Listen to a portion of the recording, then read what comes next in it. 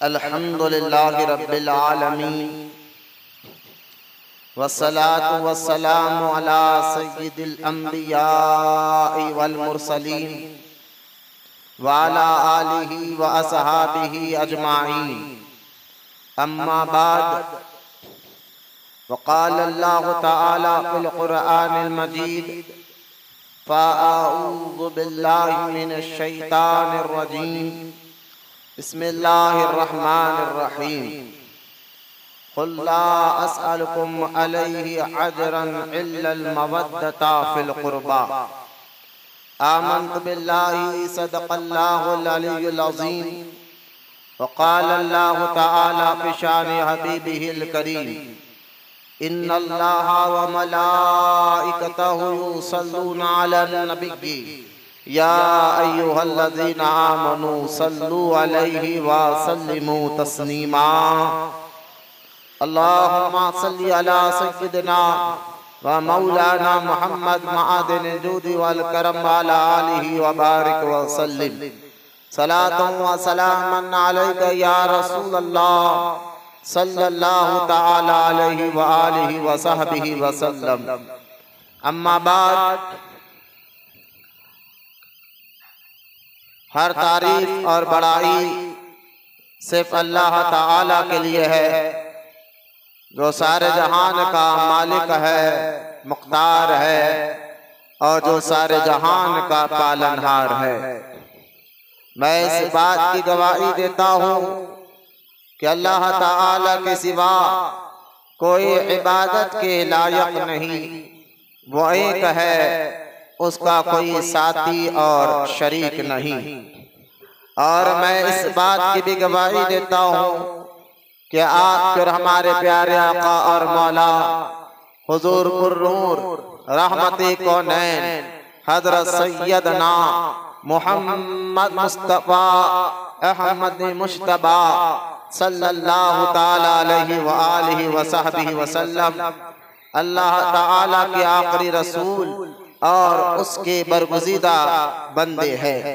अल्लाह ताला हुजूर अकरम नूर मुजस्सम रहमत आलम सल्लल्लाहु ताला अलैहि व आलिहि व सहबिहि व सल्लम पर, अहले बैत, सहाबा इकराम, ताबईन और तबे ताबईन, औलियाए उम्मत पर क़यामत तक बकसरत रहमतें और बरकतें नाजिल फरमाता रहे। आमीन। मोहब्बत से एक मर्तबा दुरूद शरीफ पढ़ लीजिए। अल्लाहुम्मा सल्ली अला सय्यदना व मौलाना मुहम्मद मआदिनिल जूदि वल करम व अला आलिहि व बारिक व सल्लिम। सलातन व सलामन अलैका या रसूलल्लाह सल्लल्लाहु ताला अलैहि व आलिहि व सहबिहि व सल्लम। माज़ा सामईन इकराम, अस्सलामु अलैकुम व रहमतुल्लाहि व बरकातुहू। आज इंशाअल्लाह ताला मुहर्रमुल हराम का ये मुबारक महीना और इस महीने का ये पहला जुम्मा है। खबर इसके कि अपना उन्वान मोहब्बत अहले बैत फर्ज है, इस टॉपिक पर बयान करूं। आइए सबसे पहले हमारा आप तरीक़ अहले सुन्नत व जमात के मुताबिक दुरूद पाक की अहमियत और उसकी फजीलत को सुनते चले ताकि अल्लाह ताला हमें दुरूद पढ़ने का जज्बा और शौक़ अता फरमाए। अहादीस मुबारका का अगर मुताला किया जाए तो बेशुमार अहादीस पाक हुजूर अकरम सल्लल्लाहु अलैहि वसल्लम की बारगाह में दुरूद पढ़ने पर मौजूद है।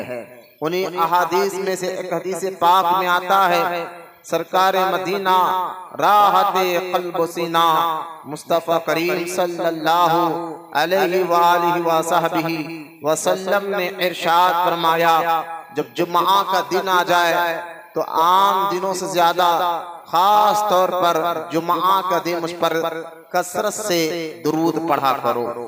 वो इसलिए कि आम दिनों में तुम्हारा दुरूद मुझ तक फरिश्ते पहुंचाते हैं, लेकिन जो जुम्मा के दिन मुझ पर दुरूद पढ़ता है उसके दुरूद को मैं खुद अपने कान से समाअत फरमाता हूँ। मोहब्बत से बोलिए सुभान अल्लाह। यानी आज का दिन जो जुम्मा का दिन है, कसरत से दुरूद पाक की इसकी अहमियत फजीलत अहादीस पाक में आता है। और आज के दिन जो दुरूद शरीफ कसरत से पढ़ता है उसको मेरे यार आपके प्यारे आका सल्लल्लाहु ताला अलैहि वसल्लम खुद अपने कान से समाअत फरमाते हैं। अल्लाह ताला हमें कहने सुनने से ज्यादा अमल की तौफीक अता फरमाए। मोहब्बत से एक मर्तबा दुरूद पाक पढ़ लीजिए। अपने उन्वान को आगे बढ़ा तो पढ़िए, अल्लाहुम्मा सल्ली अला सय्यदना व मौलाना मुहम्मद मआदिन जूद वल करम व अला आलिहि व बारिक व सल्लिम सलातु व सलामन अलैका या रसूल अल्लाह सल्लल्लाहु तआला अलैहि व आलिहि व सहबिहि व सल्लम। मुअज़्ज़ज़ सामईन किराम, जैसा ये मुहर्रम का मुबारक महीना शुरू होता है तो इस महीने में खास तौर पर हर मुसलमान के दिल व दिमाग में करब बला का वो वाक़या और करबला शरीफ की उन वाक़यात की याद ताज़ा हो जाती है। और हर मुसलमान हज़रत सैयदना इमाम अली मुक़ाम इमाम हुसैन रज़ी अल्लाह ताला अन्हु के वाक़यात और उनकी अहमियत और इस ख़ानदान की फजीलत को सुनना और समझना चाहता है। और करबला के वाक़यात से जो हमें दर्स मिलता है उसको सुनना और समझना चाहता है। तो मुहर्रम का ये मुबारक महीना जो शुरू होता है तो इसलिए ये खास तौर ये महीना जिक्र अहले बैत और वाक़यात करबला पर बयान करना ये बरसों से उलमाए अहले सुन्नत का तरीक़ा रहा है कि खास तौर जुम्मा के दिन जो वो लोग जो है अपने टॉपिक में हुजूर के खानदान मुबारक की फजीलत और करबला के वाक़यात जो सही रिवायात से किताबों में मोतबर किताबों में मौजूद है अवाम को सुनाते हैं। और अहले सुन्नत व जमात का ये दस्तूर ये तरीक़ा रहा है, वो ऐसे झूठे किस्से कहानियाँ अपने मेंबरों पर नहीं सुनाते जो काले कपड़े वाले खास तौर पर इस महीने को लेकर और सुनाते हैं और खास तौर पर सहाबा पर तबर्रा करते हैं। हम अहले सुन्नत व जमात है, हमें हुजूर से भी मोहब्बत है, हुजूर के सहाबा से भी मोहब्बत है, हुजूर के खानदान यानी अहले बैत से भी मोहब्बत है। यही सुन्नी की पहचान है, यही अहले सुन्नत व जमात का अकीदा है। क़बल इसके कि मैं हज़रत अहले बैत के मुताल्लिक़ ये बातें जो कुरान की और अहादीस की रोशनी में आपके सामने रखूं, आइए सबसे पहले एक दो बात आपके सामने अर्ज कर देना चाहता हूँ। गुनियातुत तालिबीन में हज़रत सरकार सैयदना गौसे पाक रज़ी अल्लाह ताला अन्हु रिवायत फरमाते हैं कि जैसा ही मुहर्रम का महीना आता था और ख़ास तौर पर मुहर्रम के 10 तारीख आती थी तो रहमत कौनैन सल्लल्लाहु ताला अलैहि वसल्लम रमज़ान मुबारक के बाद किसी महीने में अगर रोज़ा रखना पसंद करते थे तो मुहर्रम का महीना और उसकी 10 तारीख होती थी। यानी मुहर्रम का इस मुबारक महीने में खास तौर आशूरा यानी 10 तारीख के दिन रोजा रखना ये हुजूर की सुन्नत है। यह हुजूर सल्लल्लाहु ताला अलैहि वसल्लम के बारे में जो अभी मैंने किताब का हवाला दिया, सरकार गौसे पाक अपनी किताब गुनियातुत तालिबीन में ये जो इरशाद फरमा रहे हैं कि आप रमजान मुबारक के बाद हुजूर बहुत ज्यादा पसंद करते थे आशूरा का रोजा रखना, रमजान यानी मुहर्रम की 10 तारीख का रोजा रखना। तो ये मुबारक महीना इसके मुताल्लिक़ अहादीस पाक में आता है मुहर्रम अल्लाह का महबूब महीना है और अजमत वाला महीना है, ताज़ीम वाला मुबारक महीना है। और इस मुहर्रम के मुबारक महीने में जो एक रोजा भी रखता अल्लाह की रजा के लिए, अल्लाह ताला उसको साल भर रोजे रखने का सवाब अता फरमाता है। लिहाजा मुहर्रम जैसा आ जाए तो मुहर्रम के महीने में खास तौर पर कुछ काले हरे पीले कपड़े पहनने का नाम मुहर्रम नहीं है, बल्कि इस महीने में रोजा रखना और जिक्र अहले बैत सुनना और वाक़यात करबला अहले सुन्नत व जमात के मोतबर आलिमों से सुनकर उससे अपने ईमान को मजबूत करना है, इन वाक़यात से अपने अकीदे को मजबूत करना है, इन वाक़यात से अपने अमल को मजबूत करना चाहिए। आइए इस महीने में रोजा रखने के बेशुमार फज़ाइल अहादीस मुबारका में आए हैं। तो ये महीना बल्कि हदीस पाक में आता है 10 मुहर्रम का रोजा इंसान तो इंसान चरिंद परिंद तक रोजा रहते हैं। हाँ, ये रिवायत मिलती है कि आसमान में उड़ने वाले परिंदे भी 10 तारीख का रोजा रहते हैं, समंदर में रहने वाले जानवर भी 10 तारीख का रोजा रहते हैं। तो कम से कम हमें 2 रोजा रख कर जो है 9 और 10 या 10 या 11 एक रोजा रखना, सिर्फ एक दिन का रोजा रखना, ये हुजूर ने पसंद नहीं फरमाया। फरमाया यहूदी एक रोजा रखते हैं और अपने गुलामों को हुजूर फरमाते तुम 2 रोजे रखा करो, या 9 10 का या 10 11 का, लेकिन 10 तारीख का तो खास तौर पर रोजा रखना चाहिए। 10 तारीख को सिर्फ रोट बना देना, शरबत पिला देना और कहना कि हमने हक अदा कर दिया, ऐसा नहीं है। रोजा रखकर गुजारे। जहां उलमा अहले सुन्नत 10 तारीख को सही रिवायत के साथ जो है वाक़या सुनाते करबला, उन उलमा की महफिल में जाकर बैठकर अपने ईमान और अकीदा और अपने अमल को मजबूत करिए। अल्लाह ताला तमाम को कहने सुनने से ज्यादा अमल की तौफीक अता फरमाए। ये तो था मुहर्रम के मुताल्लिक कुछ बातें जो आपके सामने मैंने अर्ज कर दिया है। अल्लाह हम तमाम को कहने सुनने से ज्यादा अमल की तौफीक अता फरमाए। आइए कुरान पाक की जो आयत मुबारका मैंने पढ़ा है, सूरह शौरा, शूरा नहीं शौरा, क्योंकि शीन वो से एक सूरा है, शौरा शीन ऐन से एक सूरा है कुरान में, शौरा, शूरा और शौरा, ये शूरा की आयत मुबारका पढ़ी मैंने, जिसमें अल्लाह ताला फरमाता है कुल ला असअलुकुम अलैहि अजरन इल्लल मवद्दता फिल कुर्बा। अब इस आयत का मतलब क्या है? हम अहले मुसलमान, हम अहले सुन्नत व जमात कुरान की हर आयत पर ईमान रखते हैं। ऐसा नहीं है कुरान की कुछ बातों को माने और कुछ बातों का इनकार करे, ये खारजियों और वहाबियों का तरीका है। हम अहले सुन्नत व जमात कुरान के सारी आयतों पर ईमान लाते हैं। अगर हम कुरान पर एक बात गौर फरमाए कि अगर हम कुरान को देखें तो कुरान का जरिए, अहादीस के जरिए 2 चीजें जो इस्लाम का लुब-ए-लुआब है, जिसके जरिए हम इस्लाम समझते हैं, वो कुरान और अहादीस है। तो अगर इस्लाम क्या है, इसका लुब-ए-लुआब क्या है, इसको अगर समझना है, सामने आ जाओ, इधर ये से जाओ, थोड़ा सा रास्ता है ना। इस्लाम का लुब-ए-लुआब अगर आप समझना चाहते हैं तो 2 चीजें आपको पूरे इस्लाम में मिलेगी। पूरा इस्लाम क्या है समझने के लिए 2 चीजें आपको मिलेगी, एक है तालीम और दूसरी है ताज़ीम। ये दोनों इस्लाम का अहम जुज़ है। दोनों चीज इस्लाम का बहुत गहरा ताल्लुक है, तालीम और ताज़ीम। क्यों तालीम?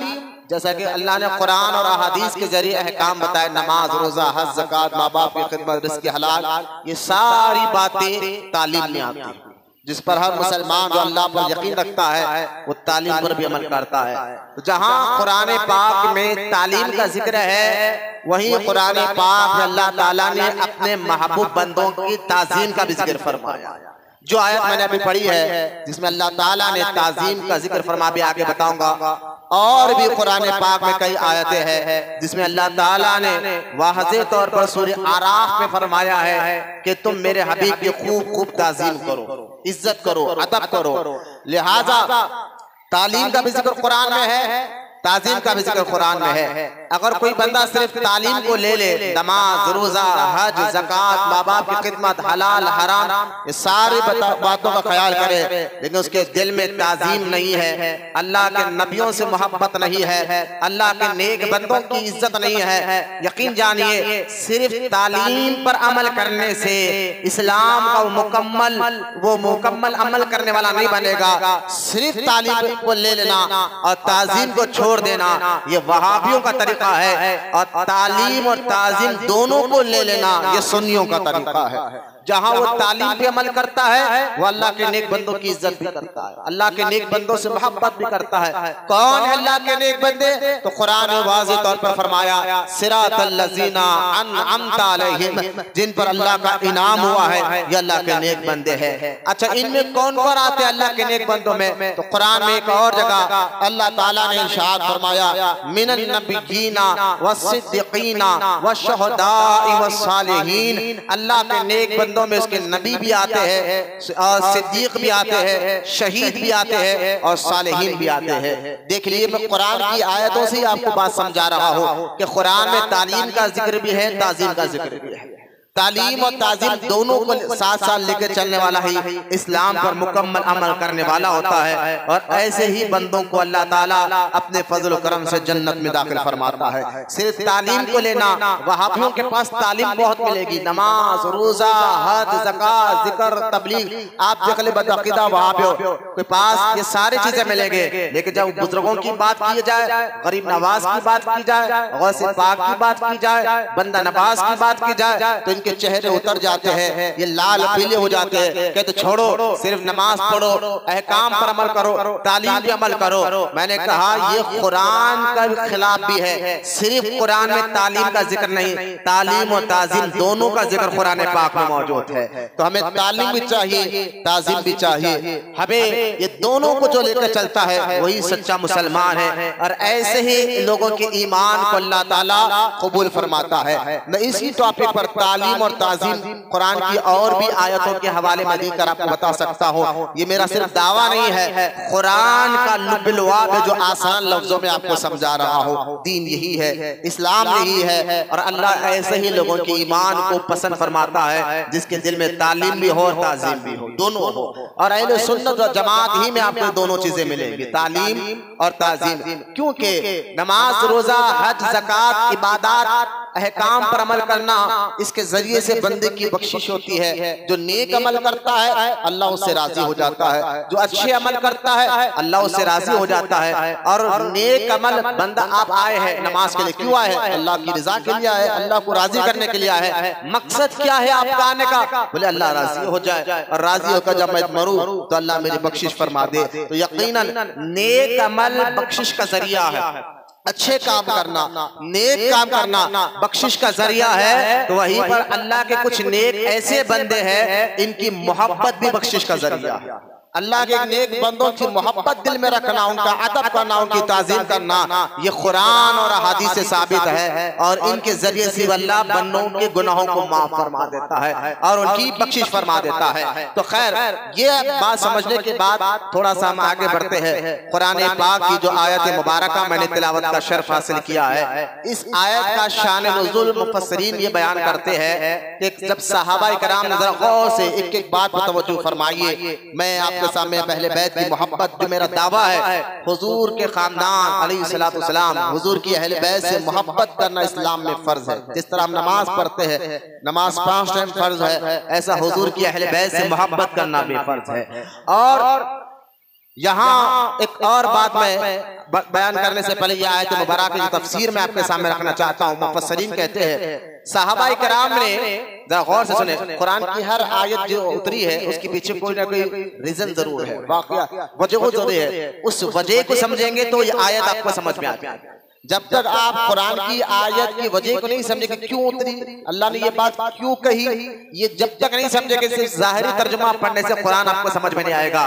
कुरान की आयतों को समझना है तो वो आयत क्यों उतरी, इसकी वजह क्या है, ये समझना जरूरी होता है, ताकि आपको उस आयत का सही मतलब समझ में आ जाए, अल्लाह कहना क्या चाहता है और अल्लाह आपको क्या मिजाज देना चाहता है। तो आइए, जो आयत मैंने पढ़ी है जिसमें अल्लाह ताला ने इरशाद फरमाया, कुल्ला अलकुम अलैहि अजरन इल्लल मवद्दता फिल कुर्बा, सूरह शूरा की आयत मुबारका, जिसमें अल्लाह फरमाता है, ऐ हबीब आप कह दीजिए दीन की खिदमत में मैं तुमसे कोई अजर नहीं लेता, लेकिन हाँ तुम्हारी नीयत अच्छी है, अल्लाह जानता नीयतों का हाल, कि तुम मेरे हबीब की खिदमत करना चाहते हो और उसको राजी कर मुझे राजी करना चाहते हो। तो अल्लाह ताला फरमाता है, दीन की खिदमत में तो कोई अजर नहीं है, लेकिन अगर तुम मुझे राजी करना चाहते हो, मेरे हबीब को भी राजी करना चाहते हो, इल्लल मवद्दता फिल कुर्बा, ऐ हबीब कह दीजिए अपने गुलामों से कि वो आपके खानदान से मोहब्बत करे, उनसे मुअद्दत करे। अब आ गया जिक्र कुरान में मोहब्बत का भी, मुअद्दत का भी जिक्र आ गया। तो मैंने यही तो कहा ना कि कुरान में तालीम का भी जिक्र है, ताज़ीम का भी जिक्र है, कुरान में अहकाम का भी जिक्र है, तो अपने नेक बंदों से मोहब्बत, उनकी इज्जत, उनका अदब करना का भी जिक्र कुरान पाक में मौजूद है। अच्छा, ये आयत का तर्जुमा मैंने आपको आसान अंदाज में सुना दिया। इसका ये आयत उतरी क्यों है, इस वजह को समझेंगे तो ये आयत और समझ में आ जाएगी आपको, आपका ईमान और अकीदा बड़ा मजबूत हो जाएगा। यह आयत इसलिए उतरी है, कुछ सहाबा इकराम ने जब मेरे आका सल्लल्लाहु ताला अलैहि वसल्लम की जिंदगी मुबारक को देखा और देखा कि हुजूर सारा वक्त दीन की तबलीग में लगाते हैं, लोगों को दीन की तरफ बुलाने में लगा देते हैं। और सहाबा इकराम ने देखा कि हुजूर की शादी हो चुकी है, घर में घर वाले हैं कि आपका घर का जरिया कैसा चलेगा। इस बात पर सहाबा के अंदर एक जज्बा पैदा हो गया, यार हुजूर के खातिर हम दोज़ख से बचे हैं, हुजूर के वास्ते वसीले से हम जन्नत के करीब जा रहे हैं, हुजूर ही ने हमें अल्लाह का पता बताया है, हुजूर की वजह से हमें नमाज मिली है, रोजा मिला है, हज मिला है, ज़कात मिला है, अल-गरज जो कुछ मिला है। सहाबा ने सोचा कि ये हुजूर ही की हकीकत बात है, हुजूर ही की वजह से मिला है। लिहाजा सहाबा ने सोचा कि जब हुजूर की वजह से इतना सब कुछ मिला, लेकिन हुजूर सारा वक्त दीन की खिदमत में लगा रहे हैं, सारा वक्त जो है कौम जो है दीन में को दावत देने में लगा रहे हैं, तो सरकार अलैहिस्सलाम की मुकद्दस बीवियां है घर में, तो उनका घर कैसा चलेगा। आपस में सहाबा इकराम ने मशवरा किया और कुछ नजराना जमा किया और हुजूर की बारगाह में अच्छी नीयतों के साथ हाजिर खिदमत हुए और कहा, या रसूल अल्लाह, आपके घर बार है, आपके औलाद बीवी है, आपके घर वालों का घर कैसे चलेगा। सारा वक्त तो आप हमारे लिए दे देते हैं, दीन के लिए दे देते हैं, तो हमने सोचा कि आपकी खिदमत करें, यह हम नजराना लेकर आए हैं, इसे आप कबूल फरमाइए। अब जब वो नजराना लेकर आए तो सारे नबियों के सरदार हमारे और आपके प्यारे आका सल्लल्लाहु अलैहि वसल्लम ने इरशाद फरमाया कि मेरे सहाबा, मैं इस नजराने को, इस पैसे को उस वक्त तक कबूल नहीं करूंगा जब तक मेरे रब का हुक्म ना आ जाए। इसके बारे में अल्लाह क्या कहेगा, इस अल्लाह ताला की इसके बारे में क्या मर्जी है। एक बात और याद रख लीजिए आप, हजरत सुलेमान अलैहिस्सलाम के बारे में भी कुरान में आयत है, हजरत नूह अलैहिस्सलाम के बारे में भी कुरान में आयत है, और बहुत से नबियों के बारे में कुरान में आयत है कि जब उनके दौर के मुसलमानों ने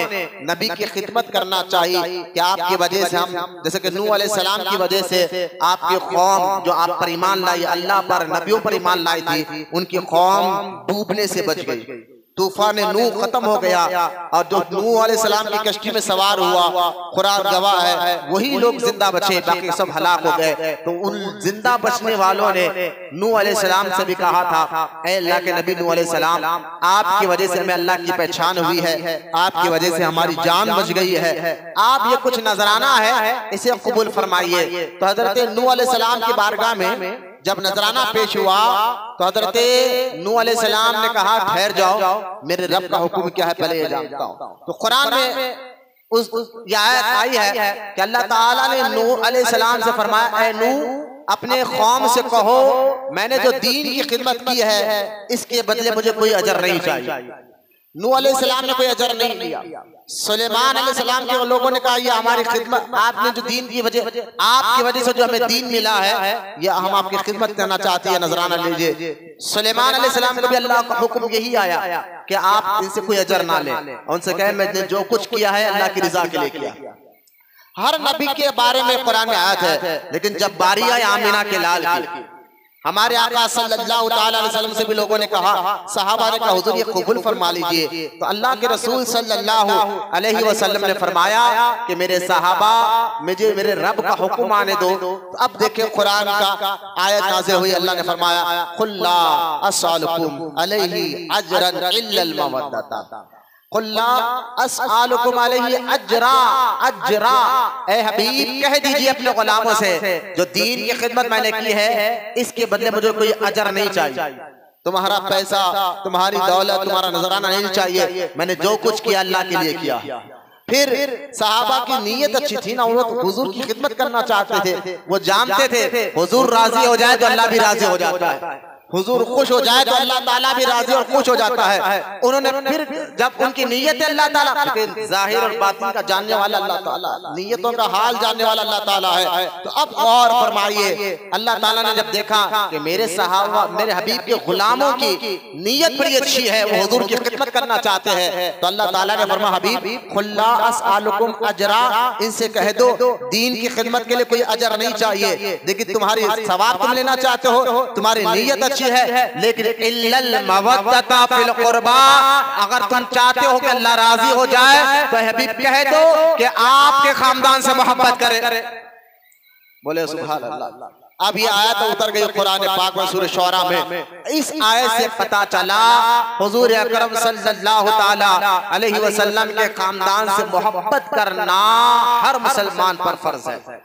हर मुसलमान पर उसकी ताज़ीम करना, उनकी इज्जत करना हर मुसलमान के पास लाजिम और जरूरी है। लेकिन आगे बढ़ते, ये कुरान की आयत, इसकी मुख्तसर तफसीर मैंने आपके सामने रखी। अल्लाह ने अगर मौका दिया इसी इतवार को 10 मुहर्रम के दिन सुबह यहाँ पर महफिल चलेगी, तो सुबह 10:30 से असर की नमाज तक आ जाए, जब डिटेल के साथ इंशाअल्लाह ताला ये आयत के मुतालिक और भी बातें आपके सामने रखने की कोशिश करूंगा। अब गौर फरमाया, ये आयत का माना मैंने आपके सामने उसकी शान नुज़ूल भी बयान फरमा दिया। लेकिन यहाँ एक और बात सुन लीजिए, हम अहले सुन्नत व जमात है। कुछ लोग हैं जो कहते हैं हम अहले बैत से मोहब्बत करते हैं, और कुछ लोग हैं जो कहते हैं हम सहाबा से मोहब्बत करते हैं। आज तारीख में अगर आप ढूंढेंगे 2 किस्म के लोग आपको मिलेंगे। कुछ लोग सहाबा से मोहब्बत करते हैं लेकिन हुजूर के खानदान से चिढ़ते हैं। कुछ लोग अहले बैत से मोहब्बत करते हैं, हुजूर के खानदान से मोहब्बत करते हैं, लेकिन सहाबा के बारे में उनका अकीदा और उनका मानना सही नहीं है, दुरुस्त नहीं है, उनका अकीदा सही नहीं है। जो लोग हुजूर के खानदान से मोहब्बत करें और हुजूर के सहाबा से चिढ़े, तो उनको जो है राफजी और शिया कहा जाता है। हाँ, कोई गाली में नहीं दे रहा हूं, कोई लड़ाई और झगड़े की बात नहीं कर रहा हूं। शिया लोग जो है, उनकी किताबों में लिखा हुआ है, वो लोग हजरत मौला अली से तो मोहब्बत करते हैं, हसनैन करीमैन से मोहब्बत करते हैं। गौर से सुने जरा, शिया लोगों के पास जाने वालों, डटिया बांधने वालों, कौन है ये शिया? ये लोग अहले, मैं फिर कह रहा हूँ, कोई लड़ाई की बात नहीं, उनकी किताबें लिखी हुई है, उनकी किताबों में ये बातें लिखी हुई है। कभी आप अगर कोई शिया से मिल जाए तो कभी अबू बकर सिद्दीक का नाम लेकर देखे, आपसे बात नहीं करेगा, लड़ लेगा आपसे, झगड़ लेगा। तो खैर, शिया वो हजरात है जो उनका मानना है कि वो तो अहले बैत हुजूर से मोहब्बत करते हैं, हुजूर के खानदान से तो मोहब्बत करते हैं, लेकिन अबू बकर सिद्दीक से चिढ़ते हैं, फारूक आजम से चिढ़ते हैं। और कुछ ऐसे लोग भी हैं कि जो सहाबा में अबू बकर सिद्दीक से तो मोहब्बत करते रजी अल्लाह ताला, उमर इब्न खत्ताब से मोहब्बत करते रजी अल्लाह ताला, सहाबा से मोहब्बत करते हैं, लेकिन कोई मौला अली के जिक्र से चिढ़ जाता है रजी अल्लाह ताला अन्हु। कोई इमाम हुसैन पाक रजी अल्लाह ताला अन्हु को कहता है कि वहाबी, यही कहते हैं ना आप, कल वहाबियों का मानना है हुसैन पाक को खाली पीली करबला चले गए, खुद की भी जान दी, अपने औलाद की भी जान दे दी। वहाबी कहते हैं, अपनी किताबों में लिखते, तकरीर में कहते भी है, खुद की भी जान दे दी बिला वजह के, अपनी औलाद की भी जान दे दी बिला वजह के।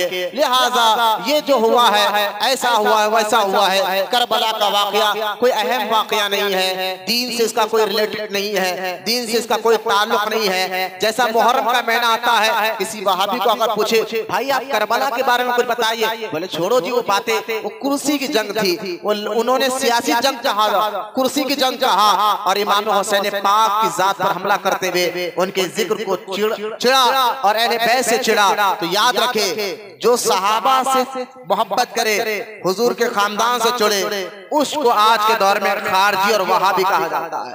और जो हुजूर के खानदान से मोहब्बत करे, सहाबा से चिढ़े, उसको आज के दौर में शिया और राफजी कहा जाता है। जो हुजूर के खानदान और हुजूर के सहाबा से दोनों से मोहब्बत करे, उसको सुन्नी कहा जाता है, अहले सुन्नत कहा जाता है। हम अहले सुन्नत व जमात हुजूर से भी, हुजूर के सहाबा से भी मोहब्बत करते हैं और हुजूर के खानदान से भी मोहब्बत करते हैं, हुजूर के सहाबा की भी इज्जत करते हैं, हुजूर के खानदान, यही अकीदा 1400 साल से चलते हुए आ रहा है। कभी सहाबा और अहले बैत में हम अदब, मोहब्बत, ताज़ीम, इज्जत से ही उनका जिक्र करते हैं, यही सुन्नियों की पहचान है। और आला हजरत इमाम अहमद रज़ा खान रहमतुल्लाह ताला अलैह आप फरमाते हैं कि देखो सहाबा से क्यों मोहब्बत की जा रही है, और सुनिए आप, कुरान और अहादीस की रोशनी में इमाम अहमद रज़ा ने बहुत पते की बात कह दी, और मैं आसान उर्दू में आपको समझा रहा हूँ। फरमाया गया कि सहाबा से आप क्यों मोहब्बत करते हैं, हुजूर के खानदान से आप क्यों मोहब्बत करते हैं, वजह क्या है, मोहब्बत करने की वजह क्या है? मोहब्बत करने की वजह यह है, आला हज़रत फरमाते हैं कि सहाबा और अहले बैत दोनों से मोहब्बत करने की वजह हुजूर है। जरा गौर से सुने बात क्या, हम हुजूर के सहाबा, सहाबी उसको कहते हैं जिन्हें हुजूर को देखा और ईमान लाया, ईमान पर खातिमा, उसको सहाबी कहते हैं, और हुजूर के खानदान को अहले बैत कहते हैं। खानदान में कौन कौन आते मैं आगे चलकर बताऊंगा, लेकिन मुझे बताइए आप क्यों मोहब्बत कर रहे हैं इनसे? सहाबा से किस लिए मोहब्बत कर रहे हैं? अहले बैत से मोहब्बत किस लिए कर रहे हैं? उसकी अहम वजह है हुजूर अलैहिस्सलातु वस्सलाम। क्यों? क्योंकि हुजूर से मोहब्बत करना सूरह मुजादला 28वें पारे में एक आयत पाक है, हुजूर से मोहब्बत करना अल्लाह ने हर मुसलमान के लिए लाजिम और जरूरी करा। हुजूर से मोहब्बत करो, ये फर्ज है। हुजूर की मोहब्बत क्या है? नमाज की तरह फर्ज है। तो जब जिस जात से मोहब्बत हो तो मोहब्बत का तकाजा क्या होता है? आप भी गौर फरमाएं, आप जिससे मोहब्बत करते हैं, आप जिसकी इज्जत करते हैं, तो याद रखें ये दुनिया में भी अक्ल भी बात समझाती है। जिससे आप मोहब्बत करते हैं, जो आपका खास दोस्त हो, जिससे आप मोहब्बत करते हैं, आपके दोस्त का दोस्त भी आपका दोस्त होता है। यह ना तरीका, आपका दोस्त का दोस्त भी आपका दोस्त, और आपके दोस्त का दुश्मन भी आपका दुश्मन, क्योंकि आप जिससे मोहब्बत करते हैं उसका दोस्त आपका दोस्त, उसका दुश्मन आपका दुश्मन। इसी तरह आप अंदाजा करें असल हुजूर की जात मुबारका है अल्लाह के रसूल अलैहिस्सलाम ने। और हदीस में क्या आया है? सही मुस्लिम में हदीस पाक है किताबुल ईमान में, मेरा यह हदीस सुन लीजिए आप। अल्लाह के रसूल अलैहिस्सलाम ने फरमाया कि ए उस वक्त तक तुम्हारा ईमान मुकम्मल नहीं हो सकता जब तक तुम मुझे अपनी जान से ज्यादा मोहब्बत ना करो। अब ये हदीस पाक बता रहे हैं कि हुजूर से मोहब्बत करना ईमान के लिए हर ईमान वाले के लिए लाजिम है, जरूरी है। तो अब आला हज़रत फरमाते हैं सहाबा से मोहब्बत हुजूर की वजह से कर रहे हैं। हुजूर के खानदान से मोहब्बत, अली से मोहब्बत क्यों है? बोले हुजूर के खानदान के उदोग है। हसनैन से मोहब्बत क्यों है? ये हुजूर के नवासे है, इसलिए मोहब्बत है। आप क्यों मोहब्बत कर रहे हैं? क्योंकि मेन मोहब्बत का मजमा अगर जात है तो हुजूर की जात मुबारक है। तो हुजूर की वजह से सहाबा से मोहब्बत है, हुजूर की वजह से अहले बैत से मोहब्बत है। अब आला हज़रत फरमाते हैं, अब यहाँ से पता चल गया जिसके दिल में वाकई मोहब्बत हो अल्लाह के रसूल से, जिसके दिल में वाकई मोहब्बत हो, हर ईमान के लिए लाजिम है, हर ईमान वाले के लिए लाजिम है हुजूर से मोहब्बत करना। अब जिसके दिल में वाकई अल्लाह के रसूल अलैहिस्सलाम से मोहब्बत हो तो मोहब्बत अपनी पहचान भी देती है। जिससे आप मोहब्बत करते हैं उसकी पहचान भी हो जाती है। तो अब गौर फरमाए, वाकई जिसके दिल में हुजूर से मोहब्बत हो तो कभी सहाबा का भी गुस्ताख नहीं होगा और हुजूर के खानदान का भी गुस्ताख नहीं होगा, वो दोनों से मोहब्बत करेगा। ये दोनों की मोहब्बत, सहाबा और अहले बैत की मोहब्बत जिस जिस्म में और जिस जान में जिसके दिल में नजर आ जाए तो समझ जाए कि ये रसूल का सच्चा आशिक रसूल है, ये सच्चा आशिक रसूल है। हुजूर की मोहब्बत की पहचान ये दो जात है, ये दोनों जात है, सहाबा और अहले बैत की मोहब्बत। और आपको ये दोनों से मोहब्बत अगर कोई दुनिया में जितने फिरके बने हैं, कोई अहले हदीस जमात बना रहा है, कोई देवबंदी जमात है, तबलीगी जमात है, शिया जमात है, जितने जमातें बने हैं आप कभी इनके बारे में छान कर देखे तो कोई सहाबा से मोहब्बत करता है तो कोई हुजूर के खानदान से चिढ़ जाता है, और कोई हुजूर के खानदान से मोहब्बत करता है तो सहाबा से चिढ़ जाता है। अगर आपको पूरी दुनिया में हुजूर के खानदान और हुजूर के अहले बैत से मोहब्बत करने वाले लोग मिलेंगे तो आपको अहले सुन्नत व जमात ही में मिलेगा। अहले सुन्नत व जमात ये दो वो जमात है जो हुजूर के सहाबा से भी मोहब्बत करते हैं, अहले बैत से भी मोहब्बत करते हैं। अब आए यहाँ तक मिसाल देकर समझाते हुए आगे मैं आपको ले जाना चाहता हूँ। पहले मोहब्बत का मतलब आप समझ जाए, मोहब्बत का मतलब क्या है। देखिए जिससे भी आपकी मोहब्बत होती है ना, मोहब्बत का मतलब यह है कि जिसके दिल में आपकी मोहब्बत आ जाए, किसके भी लिए आपके दिल में मोहब्बत बैठ जाए तो उसके लिए आपका दिल नरम हो जाता है। मोहब्बत की पहचान ये ना, जिससे आप मोहब्बत करते हैं उसके लिए आपके दिल में नरमी आ जाती है, खुद ब खुद इज्जत आ जाती है, अदब आ जाता है। जब भी उसका जिक्र करो तो अदब से लेते हैं, मोहब्बत से लेते हैं। तो उसके सामने जिक्र करो या उसके पीठ पीछे जिक्र करो, जिससे आपको मोहब्बत हो जाती है। उसके लिए आपकी जुबान से अच्छे जुमले ही निकलते हैं, जिससे लिए आपको मोहब्बत हो जाते हैं। तो उसके लिए आपके दिल में नरमी आ जाती है, इज्जत आ जाती है, अदब आ जाता है, ताजीम आ जाता है। अब गौर करें, मोहब्बत का मतलब है वो जिसकी वजह से आपका दिल नरम हो जाए, जिसके लिए आपका दिल नरम हो जाए, ये मोहब्बत की पहचान है। अब इस्लाम चाहता है जहां तालीम है वहां ताजीम है, जहाँ तालीम है वो अल्लाह के नेक बंदों की मोहब्बत भी है। अब आ जाइए, अब मोहब्बत की बात आए तो एक और हदीस पाक आप सुन लीजिए।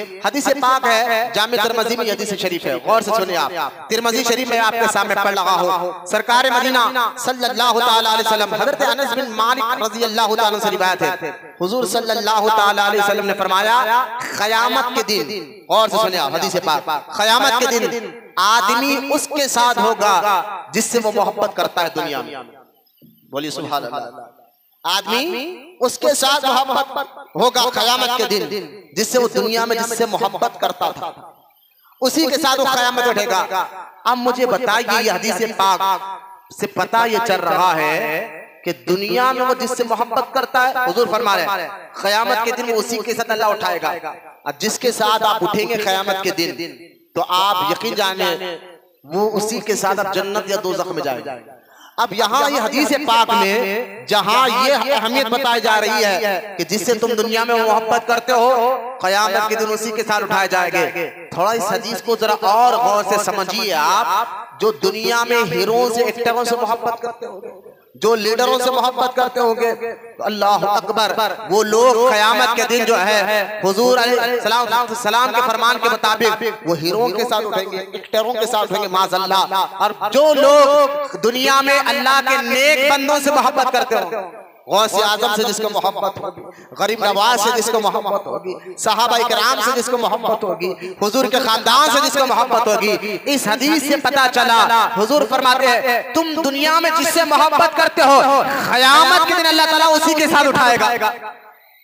आप गौर फरमाएं, मोहब्बत का मतलब भी मैंने आपको बता दिया। मोहब्बत जो है, मोहब्बत दिल के नरम होने का नाम है। मोहब्बत जो है जिसके लिए आपके दिल में इज्जत पैदा हो जाए, ये मोहब्बत की पहचान है। तो अब आप देख ले कि आपका दिल किसके लिए नरम हुआ है, आपके दिल में किसके लिए इज्जत आई है। ये दिल में मोहब्बत आना है अल्लाह रसूल से और खानदान अहले बैत से और सहाबा इकराम से। और जो अल्लाह के नेक बंदों से मोहब्बत करेगा तो क़यामत के दिन वो उसी के साथ उठाया जाएगा। अच्छा एक और बात सुनिए आप, ये तो हदीस आपने सुन लिया, जो दुनिया में जिससे मोहब्बत करता है क़यामत में वो उन्हीं के साथ उठाया जाएगा। और दूसरी हदीस पाक में आता है कि एक सहाबी ने हुजूर से पूछा, इसी तिरमिज़ी शरीफ में हदीस पाक है, और फरमा या रसूलल्लाह सल्लल्लाहु अलैहि वसल्लम मैं एक बंदे से मोहब्बत करता हूँ, मैं एक बंदे से मोहब्बत करता हूँ, आना कि मैं उससे मिला नहीं ज़ाहिरी तौर पर जाकर, बस उसके बारे में सुना था, बड़ा नेक बंदा,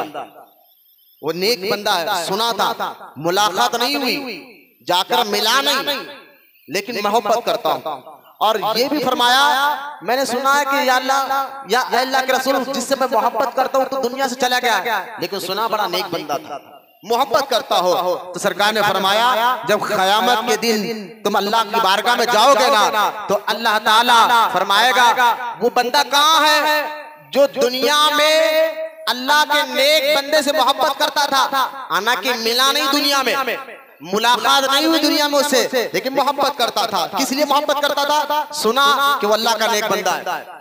आप मुझे बताइए, अब क़यामत के दिन अल्लाह ताला फरमाएगा वो बंदा कहाँ है जो दुनिया में उस बंदे से मोहब्बत करता था जिससे वो मुलाकात नहीं करा, देखा नहीं, सुना था वो अल्लाह का नेक बंदा है, मुलाकात नहीं करा, देखा नहीं, सुना था अल्लाह का नेक बंदा है, और मेरे खातिर वो उससे मोहब्बत कर रहा था, तो वो बंदा उठेगा या अल्लाह मैं हो जो भला बंदे से मोहब्बत करता था। अल्लाह फरमाएगा जिससे तू मोहब्बत करता था ना उसका हाथ पकड़कर जन्नत में दाखिल हो जा।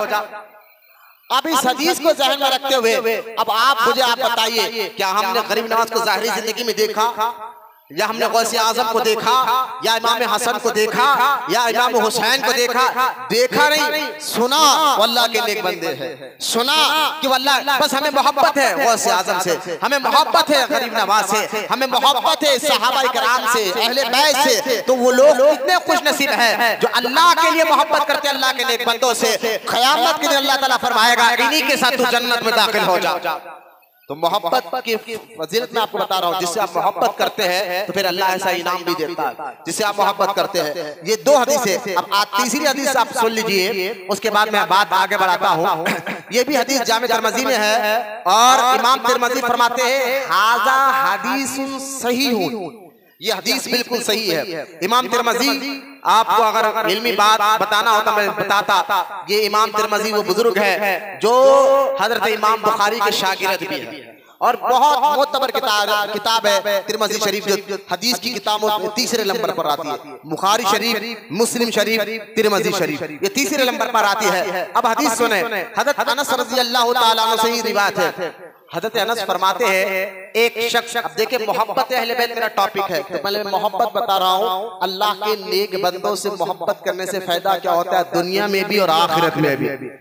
अल्लाह के नेक बंदों से मोहब्बत करने के दुनिया का ये फायदा होता है जिससे हम मोहब्बत करते हैं, उसके अकीदे को अपनाते हैं, उसके तरीके को अपनाते हैं और उसके अकीदे उसके तरीके को अपनाकर अपना ईमान और अकीदा हम मजबूत कर लेते हैं। और जिससे हम मोहब्बत करते हैं उसकी वजह से हमारा ईमान भी मजबूत हो जाता है, हमारा अकीदा भी मजबूत हो जाता है और हमारे अमल भी मजबूत हो जाता है। ये तो दुनिया में इनाम मिलता है और जब कयामत होगी तो अल्लाह ताला फरमाएगा वो लोग जो मेरे खातिर मेरे नेक बंदों से मोहब्बत करते थे उनके हाथ पकड़कर जन्नत में दाखिल हो जा। तो मोहब्बत का फायदा दुनिया में भी मिलेगा आपको, आखिरत में भी मिलेगा। लेकिन और हदीस पाक में आपको सुना रहा हूं, अब सुने कि हज़रत अनस रज़ियल्लाहु ताला से रिवायत है, फरमाते कि एक शख्स हुजूर की बारगाह में आया और आकर पूछा या रसूलल्लाह सल्लल्लाहु अलैहि वसल्लम, आका ये बताइए क़यामत कब आएगी। ये हदीस तिरमिज़ी शरीफ मेरे सामने हदीस पाक में बता रहा है। फरमा हुजूर ने फरमाया कि क़यामत कब आएगी। अल्लाह के रसूल अलैहिस्सलातु वस्सलाम ने फरमाया क़यामत का सवाल करने वाले जरा ये तो बता तूने उसके लिए तैयारी क्या की है। क़यामत के दिन हिसाब किताब देना अल्लाह की बारगाह में, तैयारी क्या की है। अब वो सहाबी रसूल ने कहा या रसूलल्लाह सल्लल्लाहु अलैहि वसल्लम नमाज तो पढ़ा है लेकिन उतनी ज्यादा नहीं पढ़ी, यानी कि नमाजी हर सहाबी नमाजी, लेकिन जो है कहते हैं कि यह सहाबे की आजिज़ी थी। ये मत समझिए कि सहाबा नमाज नहीं पढ़ते थे, ना ऐसा नहीं है, बल्कि ये आजिज़ी तौर पर सहाबी ने फरमाया या रसूल अल्लाह नमाज तो पढ़ी है, रोजा तो रखा है और अल्लाह ने इस्तिताअत दी तो हज भी किया है, सारे काम किया है, लेकिन अमल से मोहब्बत नहीं, अमल तो बहुत कम है लेकिन एक चीज है जो मेरे दिल में बड़ी मजबूत है। कहा क्या बात है। तो अल्लाह के रसूल अलैहिस्सलाम के कहने पर उस सहाबी ने कहा वो एक चीज क्या है, और मैं अल्लाह से और उसके रसूल से बड़ी मोहब्बत करता हूँ, अल्लाह उसके रसूल से बड़ी मोहब्बत करता हूँ। अब जब ये सुना तो अल्लाह के रसूल अलैहिस्सलाम ने फरमाया जो दुनिया में जिससे मोहब्बत करता है क़यामत के दिन वो उसी के साथ उठाया जाएगा। तो लिहाजा हज़रत अनस फरमाते हैं जब हुजूर ने ये फरमाया ना कि दुनिया में जो जिससे मोहब्बत करता है वो क़यामत के दिन उसी के साथ उठाया जाएगा, जब ये बात हुजूर ने कही ना, हज़रत अनस कहते हैं दो वक्त में बड़ा खुश हुआ। एक जब मैंने इस्लाम कबूल किया मुझे बहुत खुशी हुई कि मैं अल्लाह पर ईमान लाया, रसूल पर ईमान लाया, बहुत खुश हुआ। दूसरा वक्त ये था जो हुजूर ने ये कहा दुनिया में जो जिससे मोहब्बत करता है क़यामत के दिन उसी के साथ उठेगा, तो मेरे दिल में इतनी खुशी आई है क्योंकि मैं अल्लाह के रसूल से मोहब्बत करता हूँ। साथ में हज़रत अनस कहते हैं मैं अबू बकर से भी मोहब्बत करता हूँ, मैं उमर से भी मोहब्बत करता हूँ। लिहाजा ये अहादीस बताने का मकसद क्या है, इन अहादीस से पता चला अल्लाह के नेक बंदों से मोहब्बत करना बख्शिश का जरिया, अल्लाह ताला आपके गुनाहों को माफ फरमाता है और उनके जरिए से आप दुनिया और खबर और आखिरत में अल्लाह ताला आपको कामयाबी अता फरमाता है। ये आयत मुबारका और इसके मुतालिक चंद अहादीस मैंने आपके सामने रखकर बता दिया कि हम अहले सुन्नत व जमात जो है हम सहाबा से भी मोहब्बत करते हैं, अहले बैत से भी मोहब्बत करते हैं। यही तरीका शुरू से जो है चलते भी आ रहा है। एक और हदीस पाक आप सुन लीजिए। देखिए हम जरूरी है इन बातों को, आज के दौर में फितनों का दौर है, इंटरनेट पर हर छोटा छोटा बच्चा भी जो है मुसलमानों का इंटरनेट चलाना जानता है, फेसबुक चलाना जानता है, इंस्टाग्राम चलाना जानता है। आज इनके जरिए मुसलमानों के जहनों में खास तौर पर एक तबका है जो सहाबा इकराम के बारे में गलत बातें बिठा रहा है। खास तौर सहाबा इकराम में हजरत अबू बकर सिद्दीक, हजरत उमर इब्न खत्ताब रज़ियल्लाहु ताला अन्हुमा अजमाइन के बारगाह में गलत बातें बिठाने की कोशिश कर रहा है। तो आप अहले सुन्नत व जमात का अकीदा देखे कि वो सहाबा से भी मोहब्बत करता है, अहले बैत से भी मोहब्बत करता है। क्यों? क्योंकि जहां कुरान पाक में अल्लाह ताला ने ये कहा कि अहले बैत से मोहब्बत करो, तो वही कुरान पाक में अल्लाह ताला ने ये भी फरमाया कि सहाबा से अल्लाह राजी हो चुका है। अल्लाह जिससे राजी हो चुका है उनसे हम क्यों चिढ़े। जिससे अल्लाह राजी हो चुका है। तो खैर, अब हदीस पाक से मैं आपको एक और हदीस सुनाकर बात आगे बढ़ाता हूँ। एक हदीस पाक में अल्लाह के रसूल अलैहिस्सलाम ने इरशाद फरमाया कि मेरे अहले बैत, अभी हदीस सुने आप गौर से, मेरी अहले बैत कश्तिए नूह की मिसाल है और मेरे सहाबा तारों की मिसाल है। वजह क्या, मतलब क्या है, समझ रहे आप? हजरत नूह अलैहिस्सलाम का जिक्र कुरान में है और नूह अलैहिस्सलाम के कौम पर जो अल्लाह ने अजाब भेजा पानी का, 40 दिन में भी बारिश और रात में भी बारिश और जमीन से भी पानी निकलने लगा। हाल ये हुआ कि जो नूह अलैहिस्सलाम की कश्ती में जो इनके ईमान वाले सवार थे, अल्लाह पर उस दौर के मुसलमान सवार थे, उनकी जान बची, सब मर गए। अल्लाह का ये अजाब नाज़िल हुआ। अब हुजूर फरमा रहे हैं मेरी अहले बैत नूह अलैहिस्सलाम की कश्ती की मिसाल, जो मेरी अहले बैत की मोहब्बत में बैठ गया, समझ जा कि दुनिया एक समंदर है और उस समंदर में तैरने वाली कश्ती का नाम अहले बैत है। दुनिया एक समंदर, समझाने के लिए कह रहा हूं, दुनिया एक समंदर है, समंदर में तैरना है, तैर तो नहीं सकते, आपको कश्ती में सवार होना है। तो सरकार फरमाता है तुम अपना ईमान और अपना अकीदा बचाना चाहते हो तो जैसा जान बचाने के लिए कश्ती में सवार होना पड़ता है, ईमान बचाने के लिए अहले बैत की मोहब्बत तुम्हारे दिलों में होना जरूरी है। तुम्हारा ईमान कब्र में जाने के बाद तुम्हारा अकीदा, तुम्हारा ईमान अगर लेके जाते हो तो अहले बैत की मोहब्बत होना लाजिम है। लेकिन हम सुन्नी हैं, सिर्फ हुजूर के अहले बैत को नहीं, हुजूर के सहाबा को भी साथ लेकर चलते हैं।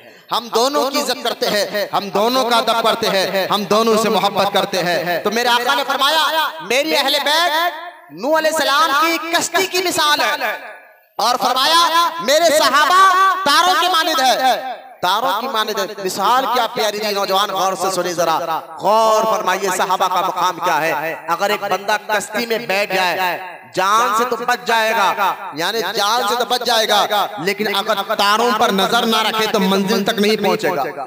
मंजिल पे पहुंचना है, आज टेक्नोलॉजी का जरिया है, लेकिन आज भी कश्ती में बैठकर लोग तारों पर नजर रखकर मंजिल का पता लगाते हैं। तो अब देखे मेरे आका ने क्या प्यारी मिसाल दी। अरे बोलो ना सुभान अल्लाह, सुस्ती कायली को भगाकर बोलिए सुभान अल्लाह। क्या मिजाज मेरे आका आपको दे रहे हैं। आज के फितनों के दौर में अगर कोई सहाबा को गाली दे तो समझ जाए पक्का मुसलमान नहीं, कोई हुजूर के अहले बैत को गाली दे तो समझ जाए पक्का मुसलमान नहीं, जो दोनों से मोहब्बत करे तो समझ जाए यही पक्का मुसलमान है।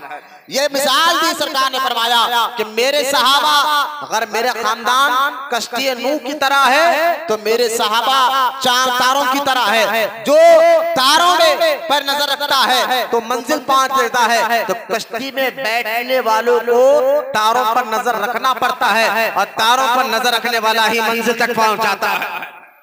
कश्ती पे बैठे तारों पर नजर ना हो तो भी इंसान मंजिल नहीं पहुंचता।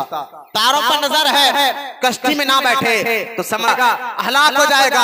अब सुन्नी वही है जो सहाबा और अहले बैत दोनों से मोहब्बत करता है और दोनों के दामन को थामा हुआ है। अब ये हदीस पाक आपने समाप्त फरमा लिया, आगे बढ़े क्योंकि हम अहले सुन्नत व जमात है। हम आप गौर फरमाए, जो लोग जुम्मा पढ़ने रेगुलर आते हैं उनको पता है हम हमारी मस्जिद में हजरत अबू बकर सिद्दीक की भी याद मनाते हैं, हजरत उमर इब्न खत्ताब की भी याद मनाते हैं, हजरत उस्मान गनी की भी याद मनाते हैं, हजरत मौला अली की भी याद मनाते हैं, हजरत हसनैन करीमैन की भी याद मनाते हैं। हम अहले सुन्नत है। जब हम हमारे सामने सहाबा का जिक्र हो तब भी हमारा चेहरा गुलाब की तरह खिल जाता है और हमारे सामने हुजूर के खानदान का जिक्र हो तब भी हमारा चेहरा गुलाब की तरह खिल जाता है। हम दोनों से मोहब्बत करें। गौर, यही ईमान है, यही अकीदा बुजुर्गों का है, यही अकीदा गौसे आजम का है, यही अकीदा गरीब नवाज का है। वो सहाबा से भी मोहब्बत करते थे, अहले बैत से भी मोहब्बत करते थे। यही अकीदा हर औलिया का है, हर वली का यही अकीदा है कि दो आला हज़रत एक शेर में क्या प्यारी बात फरमा दी, अहले सुन्नत का है बेड़ा पार असहाब हुजूर। इमाम मदरसा शेर में कह रहे हैं अहले सुन्नत का है बेड़ा पार असहाब हुजूर, नज्म है नाऊ है इतरत रसूलुल्लाह की। लिहाजा हम अहले सुन्नत का बेड़ा पार इसलिए है, हम सहाबा से भी मोहब्बत करते हैं, अहले बैत से भी मोहब्बत करते हैं। लेकिन आए क्योंकि महीने में खास और हुजूर के खानदान का जिक्र होता है तो आइए मैं आपको बताता हूँ एक और हदीस पाक। खाजी अय्याज रहमतुल्लाह ताला अलैह अपनी किताब शिफा शरीफ, खाजी अय्याज इमाम खाजी अय्याज रहमतुल्लाह ताला अलैह 5वीं सदी के बहुत अजीम शान मुहद्दिस है। बड़े मुहद्दिस है काजी अय्याज, गालिबन तुर्की में इनका मजार मुबारक है। 5वीं सदी यानी गौस पाक के दौर के, गौस पाक के दौर के बहुत बड़े मुहद्दिस, और आज से 800-900 साल पुराने बुजुर्ग, उनकी मशहूर और मारूफ किताब है अश-शिफा। उस किताब में आपने एक हदीस पाक लाया है, कौन आ रहा जा रहा उठ रहा बैठ रहा, मेरी तरफ तवज्जो दीजिए। मैं आपके चेहरों को देखकर बयान कर रहा हूँ, मेरी तरफ देखिए खुदा के वास्ते, ताकि चेहरों से बताइए हजरत हम आपकी बात समझ रहे हैं। आपका चेहरे बता, चेहरा ये आईना है, ये चेहरा बताता कि आप समझ रहे हैं या सुस्ती कर रहे हैं, या आप सिर्फ टाइम पास के लिए बैठे हुए हैं। आपके चेहरे बता रहे हैं अल्हम्दुलिल्लाह हम सुनने के लिए आए हैं। आपको मैं फितनों से बचा रहा हूँ। देखिए क़यामत जब मरेंगे, कब्र में जाएंगे ना कोई दोस्त आपके साथ आएगा, ना रिश्तेदार साथ आएगा, ना माँ ना बाप, कोई नहीं आएगा। कब्र में आपका ईमान और अकीदा साथ जाएगा। आज दुश्मन उसी अकीदे को बर्बाद करना चाह रहे हैं। ऐसे दोस्त को आप लात मारिए जो सहाबा को गालियां दे, ऐसे दोस्त को आप लात मारिए जो अहले बैत की शान में बेअदबियां करे, और उस दोस्त को अपने सर पर बिठाइए जो सहाबा और अहले बैत से मोहब्बत करता है, दोनों की इज्जत करता है। खुदा के वास्ते अपने ईमान और अकीदे को मजबूत करते हुए एक एक बात पर गौर कर, मैं चेहरे देख रहा हूँ और मेरी बात को बताई कि हम समझ रहे हैं। अब गौर फरमाए, काजी अय्याज ने अपनी किताब में एक हदीस पाक लाया, और हदीस पाक लाकर फरमाते हैं कि सुनो, जिस तरह माँ बाप के हक है, हदीस में आया है, कुरान में आया है कि माँ का हक क्या है, बाप का हक क्या है, भाई का हक क्या है, बहन का हक क्या है, रिश्तेदार का हक क्या है, पड़ोसी का हक क्या है, एक मुसलमान का दूसरे मुसलमान पर क्या हक है, ये सारे हुकूक कुरान में भी बयान किए गए, हदीस पाक में भी बयान किए गए हैं। अब काजी अय्याज फरमाते हैं, जिस तरह अल्लाह उसके रसूल अलैहिस्सलातु वस्सलाम ने हुकूकुल्लाह, हुकूकुल इबाद का जिक्र किया है, और बता के माँ बाप, खानदान, रिश्तेदार, पड़ोसी का क्या हक है, इसी तरह अल्लाह के रसूल सल्लल्लाहु अलैहि वसल्लम ने क़यामत तक के मुसलमानों को बताया कि मेरे खानदान के भी 3 हक है, जिनका हर मुसलमान को जानना जरूरी है, उन हक को, और जान पर उस पर अमल करना भी जरूरी है। हुजूर के खानदान के 3 हुकूक है। देखिए मोहब्बत से बोले सुभान अल्लाह। आप कहेंगे ये खानदान क्या है, ये जात क्या है, आप शख्सियत परस्ती कर रहे हैं, ये शख्सियत को क्यों मना रहे हैं आप? बात कुरान की करिए, बात हदीस की करिए, कोई जहर डाल सकता है इस बात पर आपको? ये क्या है, जातों को लेकर बैठ गए कि शख्सियत परस्ती? तो मैं इसका जवाब ये दूंगा कि सुन, तू अगर वहाबी है तो जो बड़े बड़े बातें कर रहा है कि दरगाह नहीं जाना, ये नहीं जाना, किसके कहने पर कर रहा है? कहने हमारे मौलवी साहब बोले। मैंने कहा तू भी तो शख्सियत परस्ती कर रहा है, किसी मौलवी के कहने पर भी तो गलत बातें कर रहा है। तू शख्सियत परस्ती करे तो कुछ नहीं, और हम शख्सियत परस्ती नहीं कर रहे। हाँ, हम उस वक्त शख्सियत परस्ती कहते हैं जब कोई शख्स ये कहे कि जो कुछ भी कह रहा है मेरा पीर, चाहे सही कह रहा है या गलत कह रहा है, सच कह रहा है, तो हम कहते हैं भाई ये शख्सियत परस्ती मत करो। पीर नहीं देखा जाएगा, दीन कुरान हदीस देखा जाएगा। अगर तुम्हारा पीर कुरान हदीस के मुताबिक बात कर रहा है तो उसका हाथ भी चुमो, उसका पैर भी चुमो। ये शख्सियत परस्ती नहीं है, ये शख्सियत के जरिए दीन समझना है, शख्सियत के जरिए दीन समझना। और बात है, शख्सियत को मानकर ये सही कह रहा है या गलत कह रहा है, बस इनकी बात सही है, ये शख्सियत परस्ती है। और अहले सुन्नत व जमात शख्सियत परस्ती नहीं सिखाती, शख्सियत के जरिए दीन बताती है। तो जिस जात के जरिए, जिस मौलाना के जरिए आपको दीन समझ में आ जाए तो उनका अदब करना, उनसे मोहब्बत करना, ये शख्सियत परस्ती नहीं है, शख्सियत के जरिए दीन समझना है। तो अब मैं आपको बता रहा हूँ सहाबा और अहले बैत कौन है, वो शख्सियत है, इनके जरिए से दीन समझ में आता है, इनके जरिए से इस्लाम समझ में आता है, इनके जरिए से कुरान समझ में आता है। आपने कह दिया ये क्या दलील है आपके पास जो आप कह रहे हैं कि शख्सियत के जरिए दीन समझ में आता है? मैंने कहा जामे तिरमिज़ी में हदीस पाक मौजूद है, अल्लाह के रसूल अलैहिस्सलातु वस्सलाम ने इरशाद फरमाया कि मैं दुनिया से जा रहा हूँ, जाने के बाद, मेरे जाने के बाद 2 चीजें तुम्हारे अंदर छोड़े जा रहा हूँ। गौर से सुनिए आप, शख्सियत परस्ती नहीं है, किसी वली की मोहब्बत। अरे एक इंसान की मोहब्बत में इतने वलवला, एक इंसान के लिए इतने, अरे मोहब्बत सिखाओ तो अल्लाह की सिखाओ, मोहब्बत सिखाओ तो रसूल की सिखाओ, कुरान की मोहब्बत सिखाओ, नमाज की मोहब्बत सिखाओ। रोज रोज ये जहर डाल सकते हैं आपके ज़हन में कि इंसानों की मोहब्बत क्या गौसे पाक का नाम ले रहे हो, क्या गरीब नवाज का नाम ले रहे हो, क्या हसन हुसैन का नाम ले रहे हो? अरे भाई नाम लेना है तो कुरान का लो, हदीस का लो, अल्लाह ताला का लो। तो मैं आपको बता दूं, उनको कहना ये जो हम बुजुर्गों के नाम ले रहे हैं ना, ये खुद वो लोग हैं जिनके जरिए से हमें दीन मिला है, इस्लाम मिला, और इनके जरिए से ये शख्सियत। अब मुझे बताइए, माँ बाप से मोहब्बत करना ये तो हर मुसलमान जानता है, लाजिम है ना।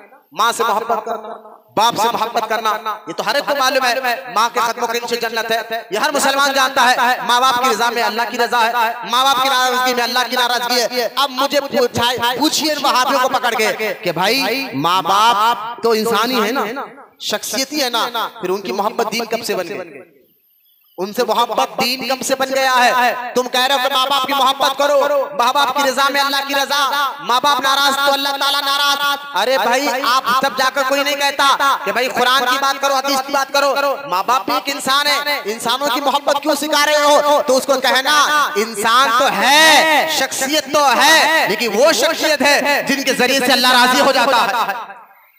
जब माँ बाप के जरिए से अल्लाह राजी होता है तो गौसे आजम के जरिए से, बंदा नवाज के जरिए से, हुजूर के जरिए से, अहले बैत के जरिए से। तो हम शख्सियत परस्ती नहीं सिखाते, हम शख्सियत के जरिए दीन समझाते हैं, कुरान हदीस समझाते हैं। जरा इसका जवाब मैंने आपको दे दिया है, इसको अच्छी तरह ज़हन में बैठा ले। अकल के दिन कोई ये ना पूछे कि पुराना पुल दरगाह में क्या बयान हुआ था, कहा हसैन हुसैन का मुकाम बताया गया, मौला अली का मुकाम बताया गया, सहाबा का मुकाम बताया गया। वो कोई कहे अरे रे रे रे ये क्या तुमने सीख कर आया है, ये शख्सियत परस्ती है, ये इंसानों की मोहब्बत क्या आपसे दीन हो गई? तो कहना जब माँ बाप की मोहब्बत दीन है तो सहाबा अहले बैत की मोहब्बत भी दीन है। जब माँ बाप की मोहब्बत से अल्लाह राजी होता है तो इनकी मोहब्बत से भी अल्लाह राजी होता है।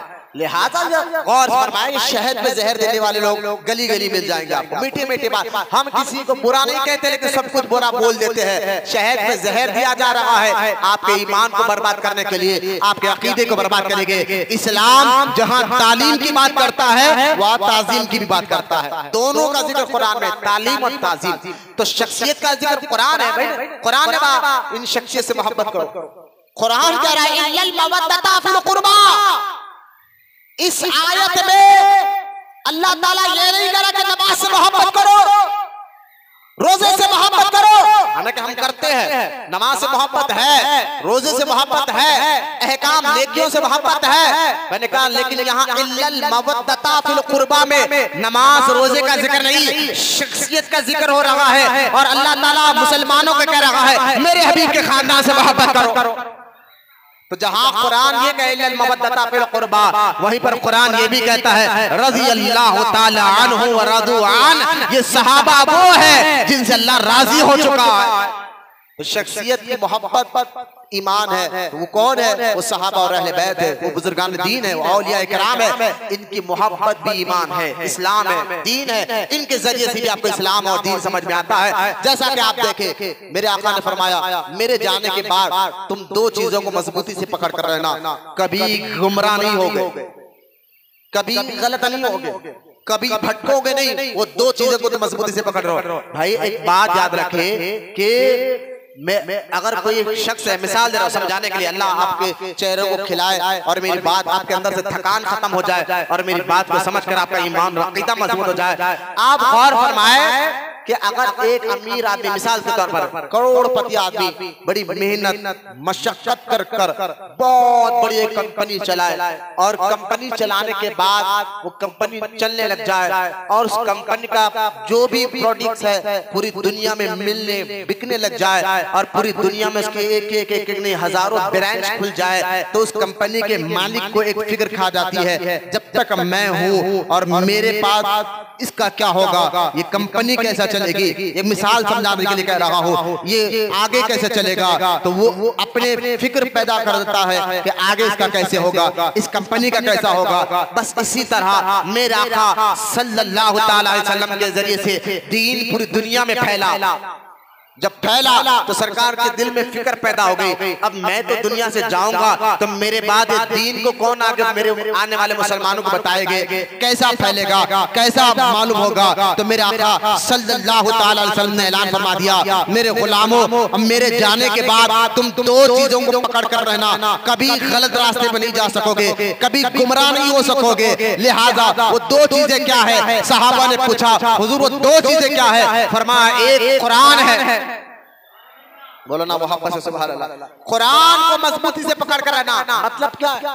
मतलब क्या है कि कुरान को हाथ में पकड़ लेके बैठो ऐसा ना, मतलब है कि कुरान में जो अल्लाह ने बयान किया उस पर अमल करना, मजबूती से अमल कर रहना। लेकिन आप कहेंगे हजरत फिर कुरान पढ़कर ही तो वहाबी भी कहता है दरगाह जाना शिर्क है। कुरान को मजबूती से पकड़ो, यानी कुरान के अहकाम पर अमल करो, तो वहाबी यही कहता है कुरान में कहाँ लिखा हुआ है दरगाह जाना, कुरान में कहाँ लिखा हुआ है फला बुजुर्ग मदद करते हैं। तो ये लोग भी तो गलत तर्जुमानी करते हैं। लेकिन मैंने कहा ये हदीस को पूरा समझो तो आपको कुरान समझ में आ जाएगा और मुकम्मल ईमान और इस्लाम भी समझ में आ जाएगा। सरकार ने फरमाया एक चीज कि एक कुरान को मजबूती से पकड़ो, दूसरा मेरी अहले बैत को मजबूती से पकड़ो। कुरान और मेरी अहले बैत ये दोनों क़यामत तक एक साथ रहेंगे। बोलो ना सुभान अल्लाह। मैं अहले बैत में कौन कौन आते बताता हूँ, लेकिन पहले आपके चेहरे देखते एक बात समझा रहा हूँ कि कुरान और अहले बैत ये दोनों क़यामत तक सरकार ने फरमाया दुनिया से लेकर जब तक क़यामत होगी ये दोनों एक साथ रहेंगे। मतलब क्या है? मतलब ये है जो कुरान है, कुरान के अहकाम क्या है, कुरान पे अमल कैसा करना है, ये तो हर एक की बस की बात नहीं है। कुरान अल्लाह ताला का कलाम है, अल्लाह के कलाम को समझना हर बंदे की बस की बात नहीं है। या अल्लाह हम समझे कैसा तू क्या कहना चाहता है, क्या समझाना चाहता है, क्या फिक्र देना चाहता है, क्या सोच देना चाहता है। तो अल्लाह ताला ने फरमाया घबरा नहीं मेरे बंदे, मेरे हबीब के जरिए मैंने बता दिया। अगर मेरी बात समझना चाहता है, मैं क्या कहता हूँ ये समझना चाहता है, तो मेरे हबीब के खानदान को देख ले, जो वो अमल कर रहे हैं, जो वो अकीदा रख रहे हैं, जो उनका अकीदा, जो उनका अमल है वही कुरान का फरमान है, वही रब का कलाम है। और अल्लाह के रसूल ने फरमाया कुरान और अहले बैत जो इनके दामन को पकड़ लिया अल्लाह दुनिया और आखिरत में उसको कामयाबी अता फरमाता है। आप मुझे बताइए, अब आपको टेंशन लेने की जरूरत नहीं है। आज के मुसलमानों को एक बात बता, अगर कोई वहाबी कहे भाई कुरान में कहाँ लिखा हुआ दरगाह जाना, तो उसका कहता है तू कौन है? मुसलमान है। तो ठहर जा, हम देखेंगे अहले बैत क्या करते हैं।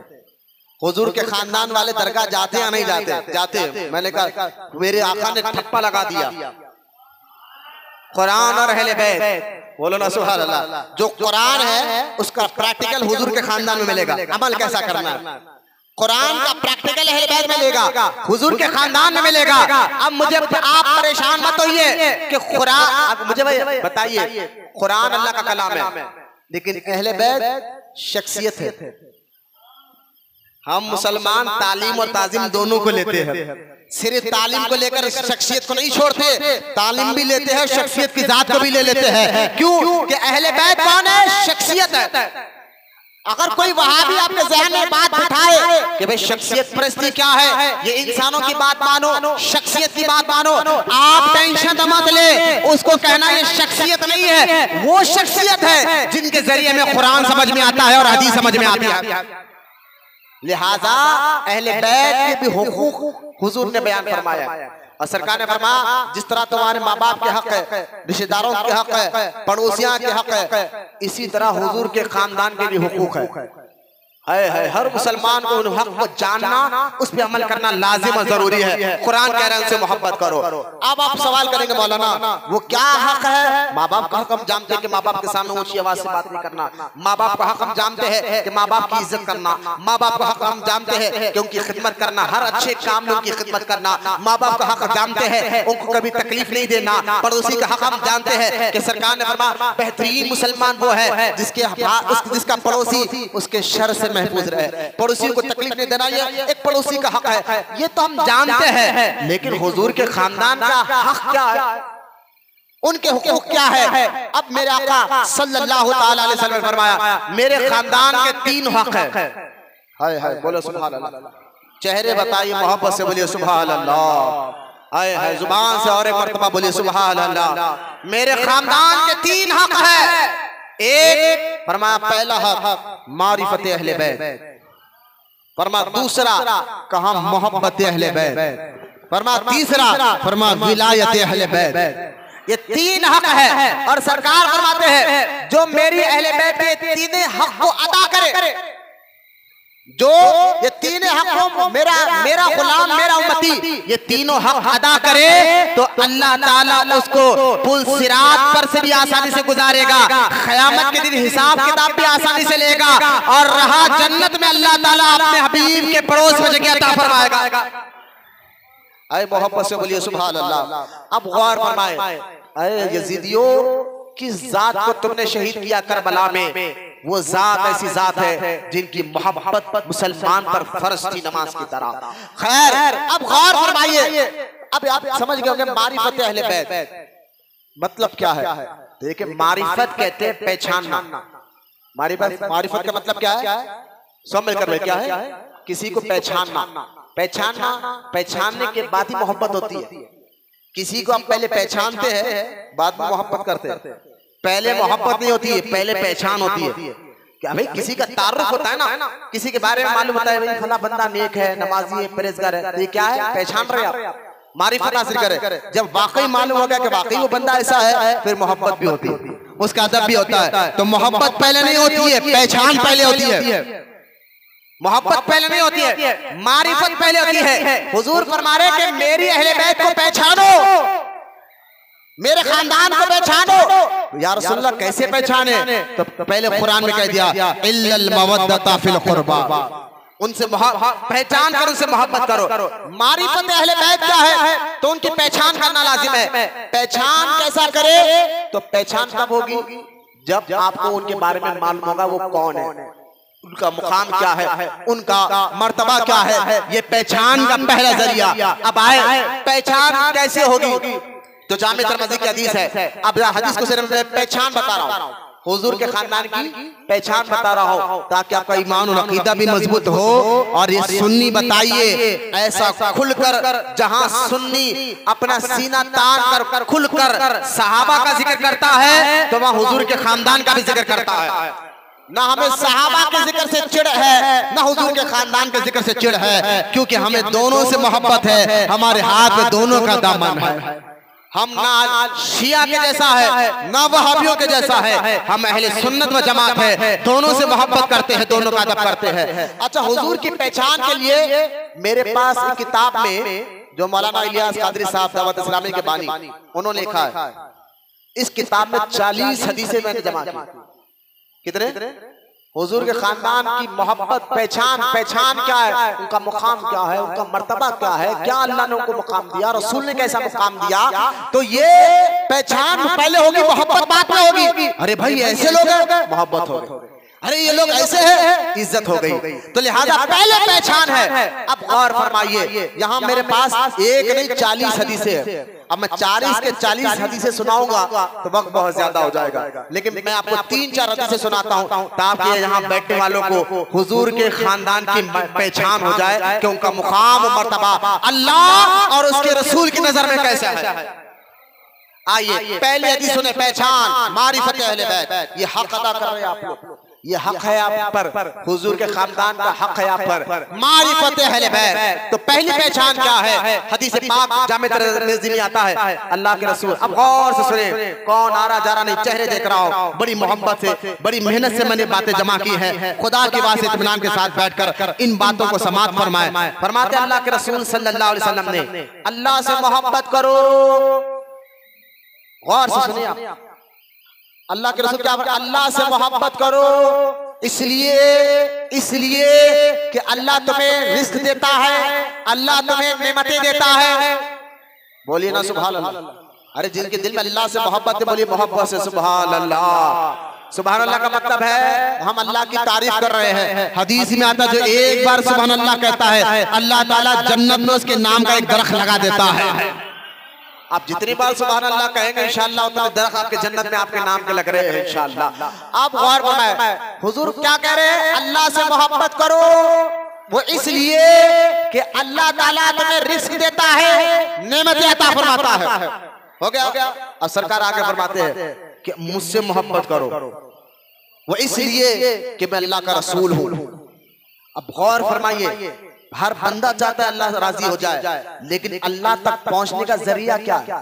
अल्लाह को राजी करने का वसीला क्या है, जरिया क्या है, इस हदीस में आपको पता चलेगा। अल्लाह के रसूल फरमाते हैं अगर अल्लाह को राजी करना चाहते हो, अल्लाह से मोहब्बत करना चाहते हो, वो करना भी चाहिए। अल्लाह तुम्हें नेमतें देता है, अल्लाह तुम्हें रिज़्क़ देता है, और फरमाया मुझसे मोहब्बत करो, इसलिए मैं उसी रब का रसूल हूँ जो तुम्हें नेमतें देता है, तुम्हें रिज़्क़ देता है, और जो मुझसे मोहब्बत करता है वो अल्लाह उससे राजी हो जाता है। अब गौर फरमाए, सरकार फरमाते हैं अल्लाह से मोहब्बत करो वो नेमतें देता है, मुझसे मोहब्बत करो मैं अल्लाह का रसूल हूँ, और मेरे खानदान से मोहब्बत करो। हाय हाय मारिफत अहले बैत। खानदान कौन है हुजूर का?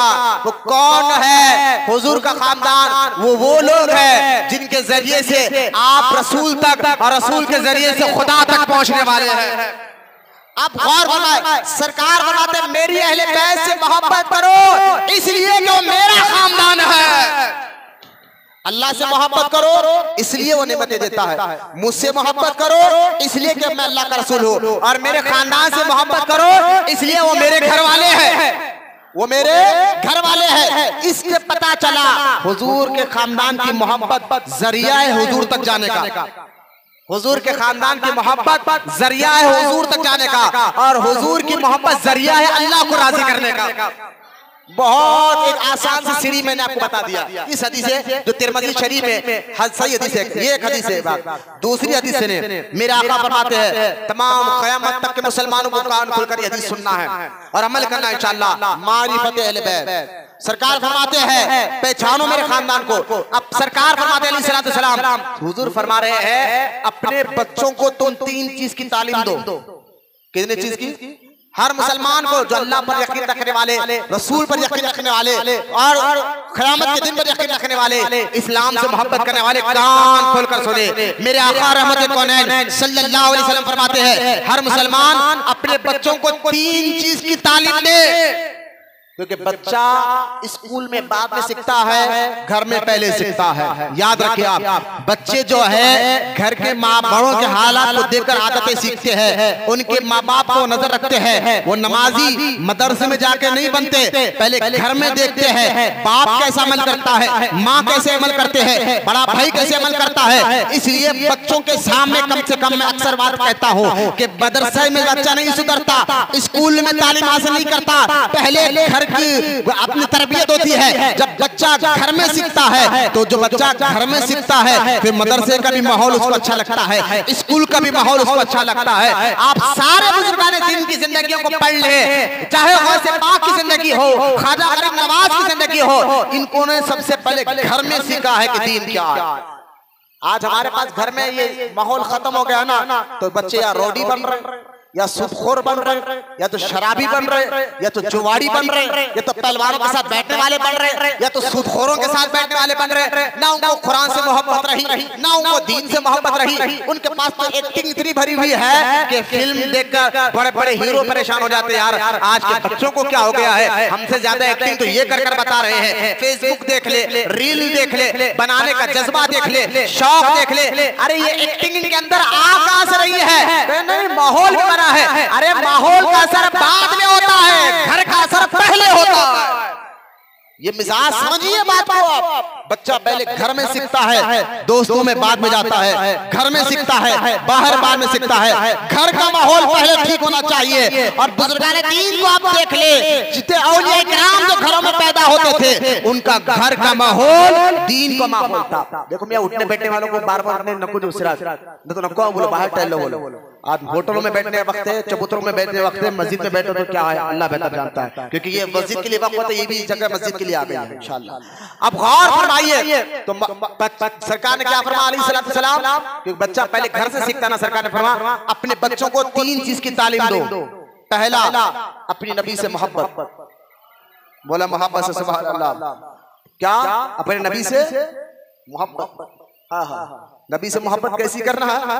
सरकार ने फरमाया उस वक्त तक तुम मुसलमान हो ही नहीं सकते जब तक तुम मुझे अपने बच्चों से ज्यादा, अपने खानदान से ज्यादा, अपने माल से ज्यादा, अपनी औलाद से ज्यादा, बल्कि अपनी जान से भी ज्यादा मोहब्बत ना कर लो। जान से भी ज्यादा मोहब्बत हुजूर की करना।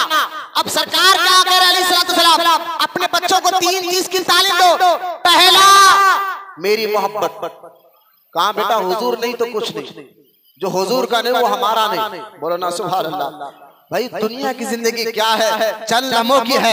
मरने के बाद खबर में मेरे और आपके प्यारे आका का चेहरा दिखाकर कहा जाएगा इनके बारे में तो दुनिया में क्या कहा करता था। तो आशिक रसूल यही कहेगा, या नबी सलाम अलैका, या रसूल सलाम अलैका, या हबीब सलाम अलैका। लिहाजा अब गौर फरमाए, हुजूर ने क्या कहा अपने बच्चों को? पहला अपने नबी से मोहब्बत सिखाओ, दूसरा मेरे खानदान से मोहब्बत सिखाओ। बोले मोहब्बत से सुभान अल्लाह।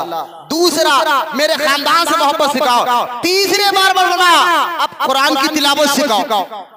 लेकिन बताइए, पहले मोहब्बत को रखा, कुरान को आखिरी में रखा। बात थोड़ा समझने की है, तरतीब को देखिए। अब तरतीब को हुजूर ने क्या तरतीब बयान फरमाई, यही ईमान है।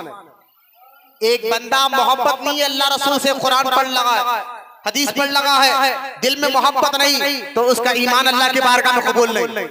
पहले मोहब्बत होना चाहिए उन शख्सियात से जिनसे अल्लाह राजी हो चुका है। वो सहाबा है, वो अहले बैत है, वो हुजूर की जात है, इनसे अल्लाह राजी हो चुका है, इनसे मोहब्बत होगी। अब कुरान पढ़ो तो कुरान पढ़ने में भी मजा आ जाएगा। लिहाजा गौर फरमाइए, सरकार ने पहले कुरान की तालीम को नहीं रखा। ये नहीं कहा कि तुम अपने बच्चों को पहले कुरान की तालीम दो, बाद में मुझसे मोहब्बत करो, बाद में मेरे खानदान से मोहब्बत सिखाओ। ना ना ना, फरमाया पहले अपने औलाद को मेरी मोहब्बत सिखाओ, मेरे दूसरा मेरे खानदान की मोहब्बत सिखाओ, उसके बाद आप कुरान की तिलावत सिखाओ। तो यहाँ से पता चला हुजूर ने अहकाम को आखिरी में रखा, मोहब्बत को पहले रखा। बोलो ना सुभान अल्लाह। और ये चीज आपको अहले सुन्नत ही मिलेगी। बोलो ना सुभान अल्लाह। वो साहब जहाँ तालीम पर भी अमल करता है, वहाँ ताज़ीम पर भी अमल करता है। यही तो मैं आपको समझाना चाहता हूँ। इस्लाम दो चीज का मुजमे का नाम है, एक तालीम, दूसरा ताज़ीम। और दोनों चीजें आपको मिलेगी अहले सुन्नत ही में। जहां वो तालीम पर अमल करता है, वो तालीम के साथ साथ ताज़ीम भी करता है। ये एक हदीस पाक है। अब आए दूसरी हदीस पाक में आपको रहमत कौनैन सल्लल्लाहु अलैहि वसल्लम सरकार ने क्या फरमाया, मेरे हुकूक अहले बैत में मारिफत अहले बैत, पहले मेरे खानदान की अहमियत पहचानो। इस हदीस से दो हदीसें मैंने बता दी, इससे पता चला कि हुजूर का खानदान कैसा है। बोलो ना सुभान अल्लाह। अब तीसरी हदीस सुने, सरकार अलैहिस्सलाम फरमाते हैं, ऐ फातिमा, बेशक अल्लाह पाक तुम्हें और तुम्हारी औलाद को, सरकार क्या फरमाए, ऐ फातिमा अल्लाह ताला तुम्हें और तुम्हारी औलाद को, जो क़यामत तक तुम्हारी औलाद में आएंगे, हसन हुसैन के जरिए आएंगे, चाहे हुसैनी सैयद हो चाहे हसनी सैयद हो। अब देखे हुजूर फरमाते हैं कि ऐ फातिमा अल्लाह ताला तुम्हें और तुम्हारी औलाद को कभी अजाब नहीं देगा। बोलना सुभान अल्लाह। कभी अगर इस मजमे में सैयद बैठा हुआ है तो मैं हाथ जोड़कर कह रहा हूँ, मुझे आप माफ कर दीजिए, मैं यहाँ कुर्सी पे आपसे ऊंचा बैठा हुआ हूँ, सिर्फ इसलिए बैठा हुआ हूँ कि मैं आपके नाना की हदीसें सुना रहा हूँ। मैं मेरी कोई औकात नहीं है, कोई मेरी अहमियत नहीं है, बस मैं आपसे माफी मांग रहा हूँ, इसलिए कि आपका मुकाम अल्लाह और उसके रसूल ने बहुत ऊंचा रखा है। सैयदों का मुकाम बड़ा ऊंचा है। क़यामत तक के आने वाले सादात के लिए पैगाम दिया गया है कि सरकार ने फरमाया, फातिमा तुम्हें और तुम्हारी औलाद को अल्लाह कभी अजाब नहीं देगा। और आगे सुने, एक और हदीस में सरकार ने फरमाया कि ऐ फातिमा सुन लो, जो हमारे अहले बैत से मोहब्बत करता है उसको भी अल्लाह कभी अजाब में दाखिल नहीं फरमाएगा। बोला मोहब्बत से सुभान अल्लाह। अहले बैत की मोहब्बत ईमान का तकाजा है। अहले बैत की मोहब्बत में मरने वाला जो है क़यामत के दिन अल्लाह के अजाब से महफूज रहेगा। अब आए तीसरी हदीस सुने आप गौर से सुने, मारिफत अहले बैत, पहचानो उनको। अरे इतनी अहमियत है कि अब मोहब्बत होगी, पहले पहचान होगी बाद में मोहब्बत होगी। अब 3 हदीसें हो गए, चौथी हदीस सुनिए आप। 40 हदीसें मेरे सामने, मैं 4-5 हदीसें सुनाकर बात खत्म कर रहा हूँ क्योंकि वक्त बहुत करीब आ गया है। 5वीं हदीस सुने, और ये हदीस तो गौर से समाप्त फरमाए, बहुत जरूरी है समझना इस बात को। सरकार अलैहिस्सलाम फरमाते हैं कि एक बंदा हरम में हो, गौर से, हरम काबे के सामने हरम में हो और रुकबे यमानी के पास बैठा हुआ हो। गौर से सुने, सारा मक्का मुबारक जगह, क्योंकि वहां काबा है, जमजम का कुआं है, सफा और मरवा की पहाड़ियां, सारी चीज, सारा मक्का, मक्के में वो जगह बहुत ज्यादा बरकत वाली है जहां हरम है। गौर से सुने एक बात को, और हरम में कुछ ऐसी जगह है, वो जगह बहुत ज्यादा इज्जत वाली है। उसमें एक जगह का नाम है रुकने यमानी। क्या है? रुकने, एक पत्थर का नाम है। हदीस में आता है रुकने यमानी वो जगह काबे के पास है। आपने जब जो लोग हज करे होंगे, उमरा करे होंगे, तो काबे का जब तवाफ कर रहे हैं, एक है हजरे अस्वद, जो जिस पत्थर को हम चूमते हैं और चूम कर काबे का तवाफ करते हैं, उस पत्थर के बारे में हदीस में आता है ये अल्लाह का हाथ है। बोलो ना सुभान अल्लाह। जब सहाबा इकराम ने हुजूर के जरिए उनके दिल दिमाग में अल्लाह की मोहब्बत इतनी बढ़ गई, जज्बा बढ़ गया, शौक बढ़ गया अल्लाह से मुलाकात का, अल्लाह को देखने का। मेरे आका रहमत कौनैन ने फरमाया मेरे सहाबा जिंदगी में तो कोई अल्लाह को देख नहीं सकता, हाँ ये ख्वाब में देख सकता है या मरने के बाद अल्लाह की बारगाह में जाकर देखेगा। लेकिन अगर तुम्हारा जज्बा, तुम्हारी मोहब्बत जो अल्लाह ताला से है ना, अगर तुम इस मोहब्बत को तसल्ली देना चाहते हो, क्योंकि आदमी जिससे मोहब्बत करता है उसको देखने के लिए तड़पता है, उसको देखने के लिए मरता है, उसको देखने के लिए बेचैन हो जाता है। मेरे आका ने सहाबा इकराम की बेचैनी को देखी तो मेरे आका ने इरशाद फरमाया मेरे सहाबा अल्लाह को देखना जिंदगी में तो मुमकिन नहीं है, लेकिन तुम्हारी मोहब्बत बड़ी बता रही है, तुम बड़े बेचैन हो। अगर तुम अल्लाह से मुलाकात के इतने तड़प रहे हो, हजरे अस्वद को चूम लो। जिसने हजरे अस्वद को चूमा उसने अल्लाह के हाथ को चूमा है। सोचिए हदीस पाक में जहां हजर अस्वद है, जिसको अल्लाह हाथ से पाक है, लेकिन सरकार नहीं इसको चूमो तो अल्लाह के हाथ को चूम लो, तो कितनी मुबारक जगह है। तो रुकने यमानी एक जगह है, जब हजर अस्वद से आप तवाफ कर आएंगे तो काबे के पास आप देखेंगे बिलाल काले काले का एक पत्थर, वहां पर भी गिलाफ काबा से ऊपर का हिस्सा रहता है, दिख कर आता है, गिलाफ काबा उस पर नहीं चढ़ाया जाता। जो अलग से समझ में आता है यार पूरे काबे पर खिलाफ है, इस पत्थर पे खिलाफ क्यों नहीं है, ये बताने के लिए रुके यमानी है। उस पत्थर का नाम क्या? रुकने यमानी। और हदीस में आता है रुकने यमानी वो जगह है सुबह और शाम 70,000 फरिश्ते अल्लाह की बारगाह में वहां पर ठहरते। सुबह में 70,000 फरिश्ते, रात में 70,000 फरिश्ते। अब देखे काबे के पास हदीस में आता है अल्लाह के रसूल अलैहि सल्लल्लाहु अलैहि वसल्लम फरमाते एक बंदा रहता मक्का में हो और मक्के में काबे के पास रहता हो, काबे में रुकने यमानी के पास बैठता हो, नेकियां देखो उसके कितनी ज्यादा है। गौर से जाइए हो इतना कि मक्के में हो, काबतुल्लाह के करीब हो, रुकने यमानी के पास हो, फिर नमाज भी पढ़ रहा हो, रोजा भी रख रहा हो, और तो और नमाज की हालत में, रोजे की हालत में एक दिन नहीं सारी जिंदगी उसने उसी जगह पे गुजार दी। गौर से सुनिए आप मारिफत अहले बैत किसको कहते हैं? अरे भाई हरम में जो एक नेकी करता है अल्लाह उसको 1 लाख नेकियों का सवाब अता फरमाता है। एक नेकी वहां की 1 लाख नेकी के बराबर। फिर काबे के सामने की नेकी, ये रुकने यमानी के साथ में बैठा हो। सोचिए सरकार फरमाते एक बंदा काबे के सामने बैठा हो, रुकने यमानी के पास बैठा हो, मुकाम इब्राहिम के करीब जा रहा हो। अरे मुकाम इब्राहिम जानते ना क्या है? जहां इब्राहिम अलैहिस्सलाम के कदमों के निशान है, जिसको कुरान कहता है कि मुकाम इब्राहिम अल्लाह की निशानी है। गौर से सुने, सोचिए एक बंदा सारी जिंदगी काबे के सामने बैठा हो, रुकने यमानी के पास बैठा हो, नमाज पढ़ रहा हो, रोजा रख रहा हो, सरकार फरमाते सारी जिंदगी गुजार दे, लेकिन जब मरा भी काबे के सामने, बोले ना सुभान अल्लाह, मरा भी काबे के सामने, लेकिन जब मरे तो उसके दिल में अगर मेरे खानदान से मोहब्बत ना हो, अल्लाह अकबर, अगर मेरे खानदान से उसके दिल में मोहब्बत ना हो तो अल्लाह ताला उसको उठाकर दोज़ख में दाखिल फरमाएगा। बोलिए अल्लाह अकबर। अल्लाह उसको, अरे भाई काबे के सामने बैठा, सारी जिंदगी बैठ गया, रुकने यमानी के सामने बैठा, नमाज पढ़ रहा है, रोजा रख रहा है, हुजूर फरमा रहे हैं अगर उसने इस हालत में मेरे खानदान से मोहब्बत न रखी, दुश्मनी रखी, तो मर जाए, काबे के सामने भी मरे तो अल्लाह उसकी इबादतों को नहीं देखेगा, उठाकर दोज़ख में डालेगा, उठाकर दोज़ख में डालेगा। तो सुनियो पता क्या चला, अहले सुन्नत व जमात वो है जो सहाबा से भी मोहब्बत करते हैं, नबी के खानदान से भी मोहब्बत करते हैं। इस हदीस से पता चल गया होगा आपको हुजूर के खानदान से मोहब्बत करना कितना जरूरी है। आप कहेंगे मैं नमाज बचा लेगी, मैंने कहा काबे के सामने बैठकर नमाज पढ़ा नहीं बचाई अगर मोहब्बत ना हो हुजूर के अहले बैत से। रोजा रखा, रोजा बचाएगा, काबे के सामने रहा रोजा रखा नहीं बचाएगा।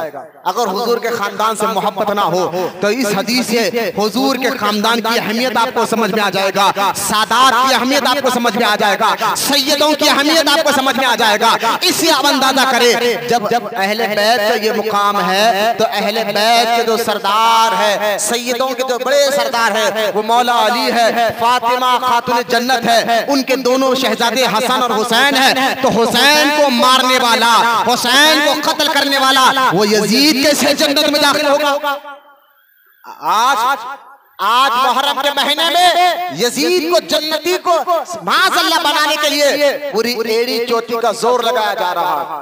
खुदा के वास्ते उसको आज के दौर में अहले हदीस कहा जाता है। हाँ, अहले हदीस के नजदीक जो हमारे हैदराबाद में ये फिरका बहुत तेजी से फैल रहा है, धीरे धीरे ये अहले हदीस जमात, मैं कोई फिर कह रहा हूँ, कोई लड़ाई झगड़े की बात नहीं कर रहा हूँ, मैं आपको बता रहा हूँ सूना जंगल रात अंधेरी छाई बदली काली है, सोने वालों जागते रहियो चोरों की रखवाली है। आप अपने माल की हिफाजत की फिक्र करते हैं, करना भी चाहिए, आपकी मेहनत का कमाया हुआ माल है, उसके लिए आप तिजोरी ढूंढते हैं, बैंक ढूंढते हैं, करना भी चाहिए, कोई ऐप की बात नहीं है, मेहनत का माल का हलाल पैसे है, करना भी चाहिए। लेकिन खबर में ना माल साथ आने वाला है, ना औलाद साथ आने वाली है, ना रिश्तेदार साथ आने वाले हैं, साथ ईमान और अकीदा आने वाला है। और आज आपके दुश्मन जो है आपके माल को नहीं, आपके ईमान और अकीदे को लूटना चाहते हैं। जो अहले हदीस जमात है हैदराबाद तक में बदतमीजी से फैल रही है, वो अहले हदीस का अकीदा सुने, वो कहते हैं कि यजीद जन्नत में जाएगा। अल्लाह अकबर, अल्लाह अकबर। जो हुसैन तलवार चलाए, अहले बैत को नुकसान पहुंचाए, मेरे आका फरमाए काबे के सामने बैठकर भी सारी जिंदगी इबादत करते मर जाए और दिल में मेरे खानदान की मोहब्बत नहीं तो अल्लाह दोज़ख में डालेगा, जन्नत में नहीं। और करबला में शहीद करने वाले इमाम हुसैन, उनके खानदान को शहीद करने वाले को अल्लाह माज़अल्लाह जन्नत में भेजेगा। अगर कोई अहले हदीस आपके सामने आकर ये बात कहे कि यजीद भी जन्नत में जाएगा तो आप कुछ मत बोलिए, एक जुमला मैं आपको सिखा देता हूं। अगर कोई अहले हदीस हाँ आकर आपको कहे तो आप उसे एक बात कहना, ठीक है तू भी दुआ के लिए हाथ उठा, मैं भी दुआ के लिए हाथ उठाता हूँ और मैं कहता हूँ या अल्लाह क़यामत के दिन मुझे हुसैन के साथ उठाना, क़यामत के दिन मुझे अल्लाह हुसैन के साथ उठाना और क़यामत के दिन अल्लाह तुझे यजीद के साथ उठाए। बात खत्म करो, हम लड़ाई नहीं चाहते, हम झगड़ा नहीं चाहते। तू यजीद का चाहने वाला तो उठ जा यजीद के साथ, हम हुसैन के गुलामों के भी चाहने वाले हैं। हुसैन तो हुसैन के गुलामों के भी चाहने वाले हैं। हम तो कहेंगे अल्लाह हुसैन के झंडे के साए तले उठाना।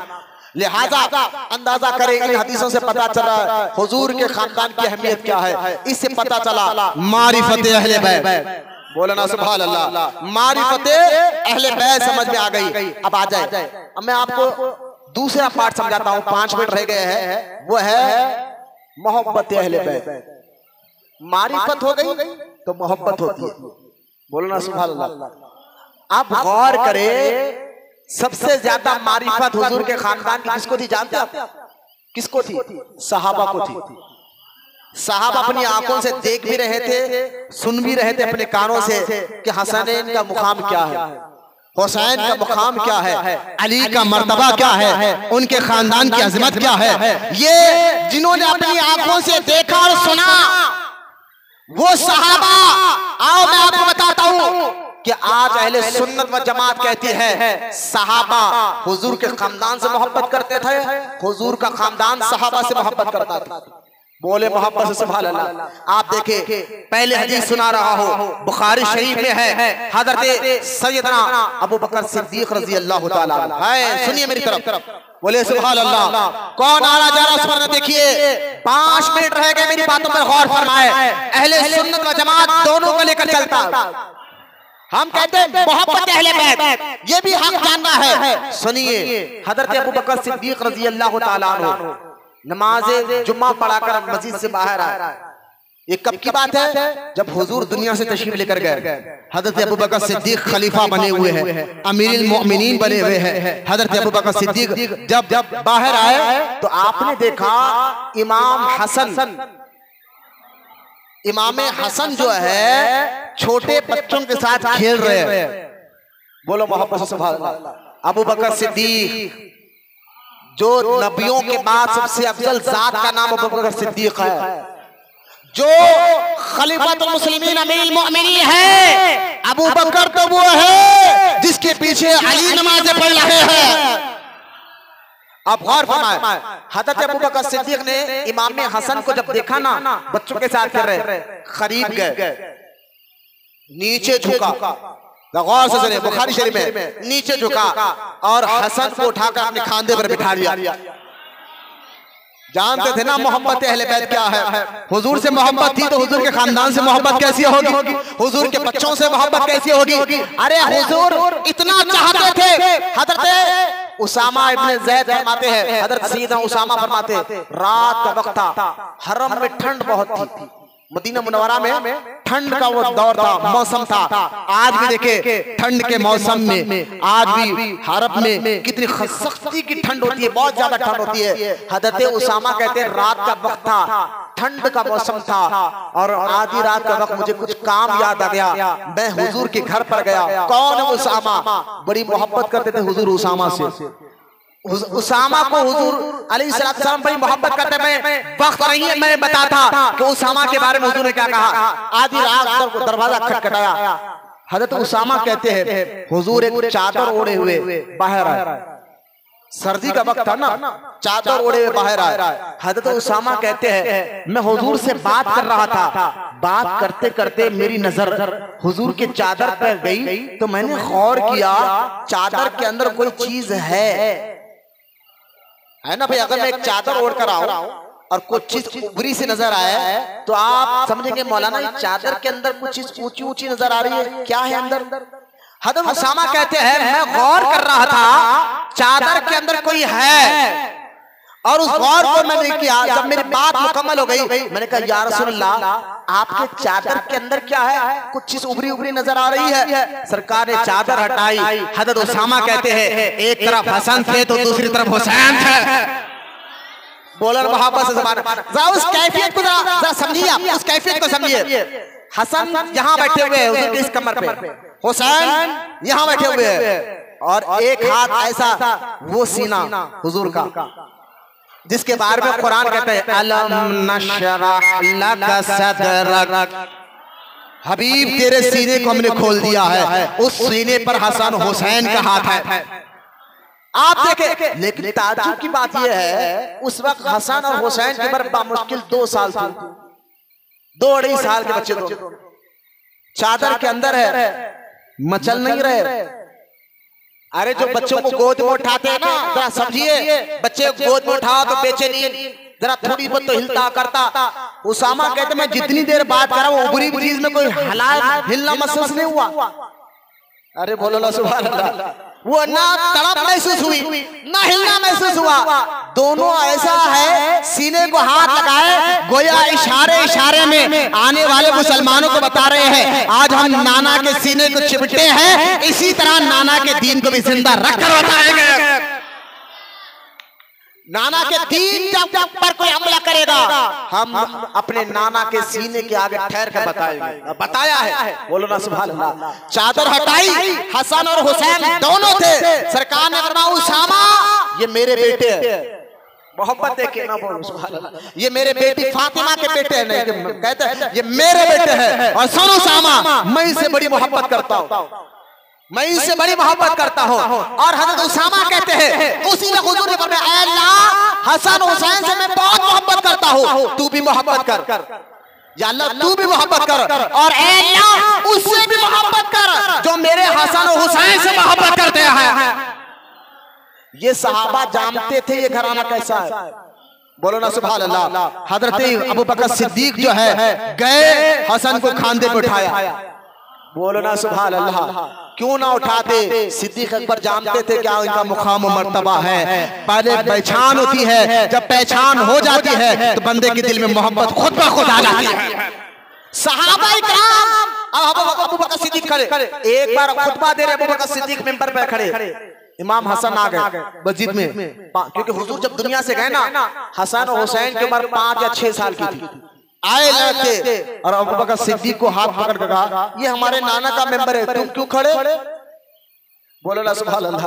हज़रत अबू बकर सिद्दीक जी से आए, आंखों से आंसू जारी है, हसनैन करीमैन का पेशानी चूम कर कहा, शहजादे मैं भी आपके नाना का गुलाम हूँ, ये मेंबर भी आपके नाना का है।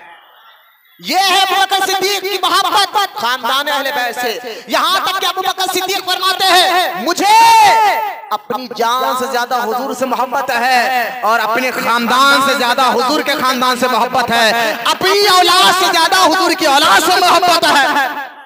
बोले मोहब्बत से सुभान अल्लाह। जो अबू बकर सिद्दीक अहले बैत से ऐसी मोहब्बत करो, ऐसी मोहब्बत कर कर बताए। अब बताए, ये था सहाबा का अहले बैत से मोहब्बत। जरा अहले बैत की मोहब्बत सहाबा की देखो। हजरत इमाम ज़ैनुल आबिदीन, बोलो ना सुभान अल्लाह। कौन है ज़ैनुल आबिदीन? इमाम हुसैन के बेटे। जरा सुनिए, हम दोनों का जिक्र करेंगे। हम शिया नहीं है कि सिर्फ अहले बैत का जिक्र करें, हम सुन्नी है, हम सहाबा अहले बैत दोनों से मोहब्बत करते हैं। अब सहाबा की मोहब्बत देखे ना हुजूर के खानदान से, अब हुजूर के खानदान वालों की मोहब्बत देखो सहाबा से। हज़रत ज़ैनुल आबिदीन, कौन है ज़ैनुल आबिदीन? इमाम हुसैन के बेटे, वो ज़ैनुल आबिदीन जिनकी औलाद से आज तक हुसैनी सैयद जिंदा है, वो ज़ैनुल आबिदीन जो करबला में तन्हा ये मर्द जिंदा बचकर आया, करबला में ही जिंदा बचे थे, जिनकी उम्र 18 या 20 साल थी। आप बड़े शदीद बीमार थे, इसलिए इमाम हुसैन ने कहा, बेटा मैं तुम्हें इजाजत नहीं देता लड़ने की। क्यों? क्योंकि मेरी नस्ल भी आगे बढ़ना है तुम्हारे जरिए से। लिहाजा वो ज़ैनुल आबिदीन से किसी ने एक सवाल किया, और कहने लगा, हुजूर ये बताइए, तलवार हो, तलवार की जो मूठ होती है वो सोने की रखना कैसा? रख सकते हैं? इस्लाम में इसका हुक्म है? हज़रत इमाम ज़ैनुल आबिदीन कहते हैं, इमाम ज़ैनुल आबिदीन कहते हैं, हाँ मैंने अपने वालिद से सुना, मैंने अपने वालिद से सुना है, यानी हुसैन पाक से सुना, हुसैन पाक ने मौला अली से सुना। फरमाते हैं इमाम ज़ैनुल आबिदीन, हाँ मैंने अपने वालिद अपने दादा से सुना है कि तलवार की मूठ अगर सोने की रखना है तो रख सकते हैं। क्यों? क्योंकि अबू बकर सिद्दीक की तलवार की सोने की मूठ सोने की थी। बोलो मोहब्बत से सुभान अल्लाह। अब सिद्दीक अकबर के तलवार की जो मूठ थी वो क्या थी? वो क्या थी? ये कौन कह रहा है? हुसैन का बेटा कह रहा है। तो पूछने वाले ने पूछा, सवाल करने वाले ने सवाल किया, ज़ैनुल आबिदीन आप अबू बकर को सिद्दीक कह रहे हैं? क्योंकि शिया था ना वो, आप शिया उस दौर से थे भाई। आज अबू बकर सिद्दीक का वो नाम लेना नहीं कहते, बहुत चिल्लाते हो, अबू बकर सिद्दीक का वो नाम नहीं लेना चाहते। लिहाजा झूठे किस्से कहानियां करते हैं कि अबू बकर ने बीबी फातिमा का बाग को खींच लिया था, उमर ने बीबी फातिमा को माज़अल्लाह लात मारी थी। अरे क्या क्या बक रहे हो? झूठे किस्से कहानियां फिल्में बना रहे हो। तुम्हारे लिए हमें तुम्हारे झूठे किस्से कहानियों की कोई परवाह नहीं है। हमारे पास कुरान और हदीस गवाह है, और उनकी औलाद गवाह है, सहाबाए किराम और अहले बैत के खानदान गवाह है कि कभी इन दोनों में झगड़ा नहीं था। ये दोनों एक दूसरे से बड़ी मोहब्बत करते थे, कोई झगड़ा नहीं था। यही अहले सुन्नत का अकीदा लेकर चलो, इसी सुन्नत अकीदे पे मरो। हज़रत ज़ैनुल आबिदीन ने कहा, क्या कहा तूने? मैंने अबू बकर को सिद्दीक कहा। वल्लाह, इमाम ज़ैनुल आबिदीन कहते हैं, वल्लाह अबू बकर सिद्दीक है, वल्लाह अबू बकर सिद्दीक है, वल्लाह अबू बकर सिद्दीक है। इमाम ज़ैनुल आबिदीन कहते हैं, अल्लाह की कसम अबू बकर सिद्दीक है, सिद्दीक है, सिद्दीक है। अहले सुन्नत का है बेड़ा पार, असहाबे हुजूर नाव है, नज्म है इतरत रसूलुल्लाह की। कभी सहाबा और अहले बैत में कोई झगड़ा नहीं हुआ। वक्त खत्म हो गया, 2:45 हो रहा है, वरना मैं बताता कि सहाबा और अहले बैत में मोहब्बत कैसी थी।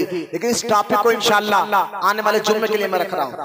आने वाले जुम्मा आप 1 बजे से पहले यहाँ पर आ जाए तो इसी टॉपिक को फिर मैं यहाँ से बताऊंगा कि सहाबा और अहले बैत की मोहब्बत क्या थी और करबला का पैगाम क्या था। इंशाअल्लाह आने वाले इसी इतवार को 11-10 मुहर्रम को मैं कह रहा आप रोजा भी रखे और खास तौर पर यहाँ हर साल की तरह इस साल भी सुबह 10:30 बजे से इसी जगह पर प्रोग्राम होगा, वाक़ियत करबला, जिक्र अहले बैत होगा इंशाअल्लाह।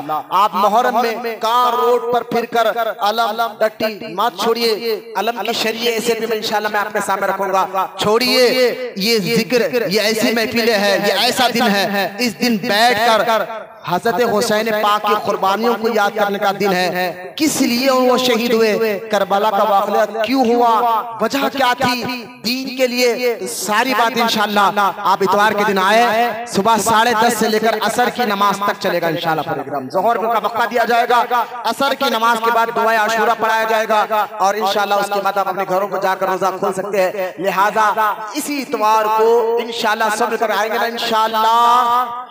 अल्लाह हम सबको कहने सुनने से ज्यादा अमल की तौफीक अता फरमाए। मैं बात खत्म कर रहा हूँ। मारिफत अहले बैत मैंने बता दिया, मोहब्बत अहले बैत, सहाबा और अहले बैत की मोहब्बत कैसे थी, जिसमें एक सहाबी अबू बकर सिद्दीक का जिक्र किया, अभी उमर इब्न खत्ताब बाकी रह गए, अभी उस्मान गनी बाकी रह गए। इंशाअल्लाह अल्लाह जिंदगी दिया तो आने वाले जुम्मा में बताऊंगा कि उमर को अहले बैत से कितनी मोहब्बत थी और अहले बैत को उमर से कितनी मोहब्बत थी।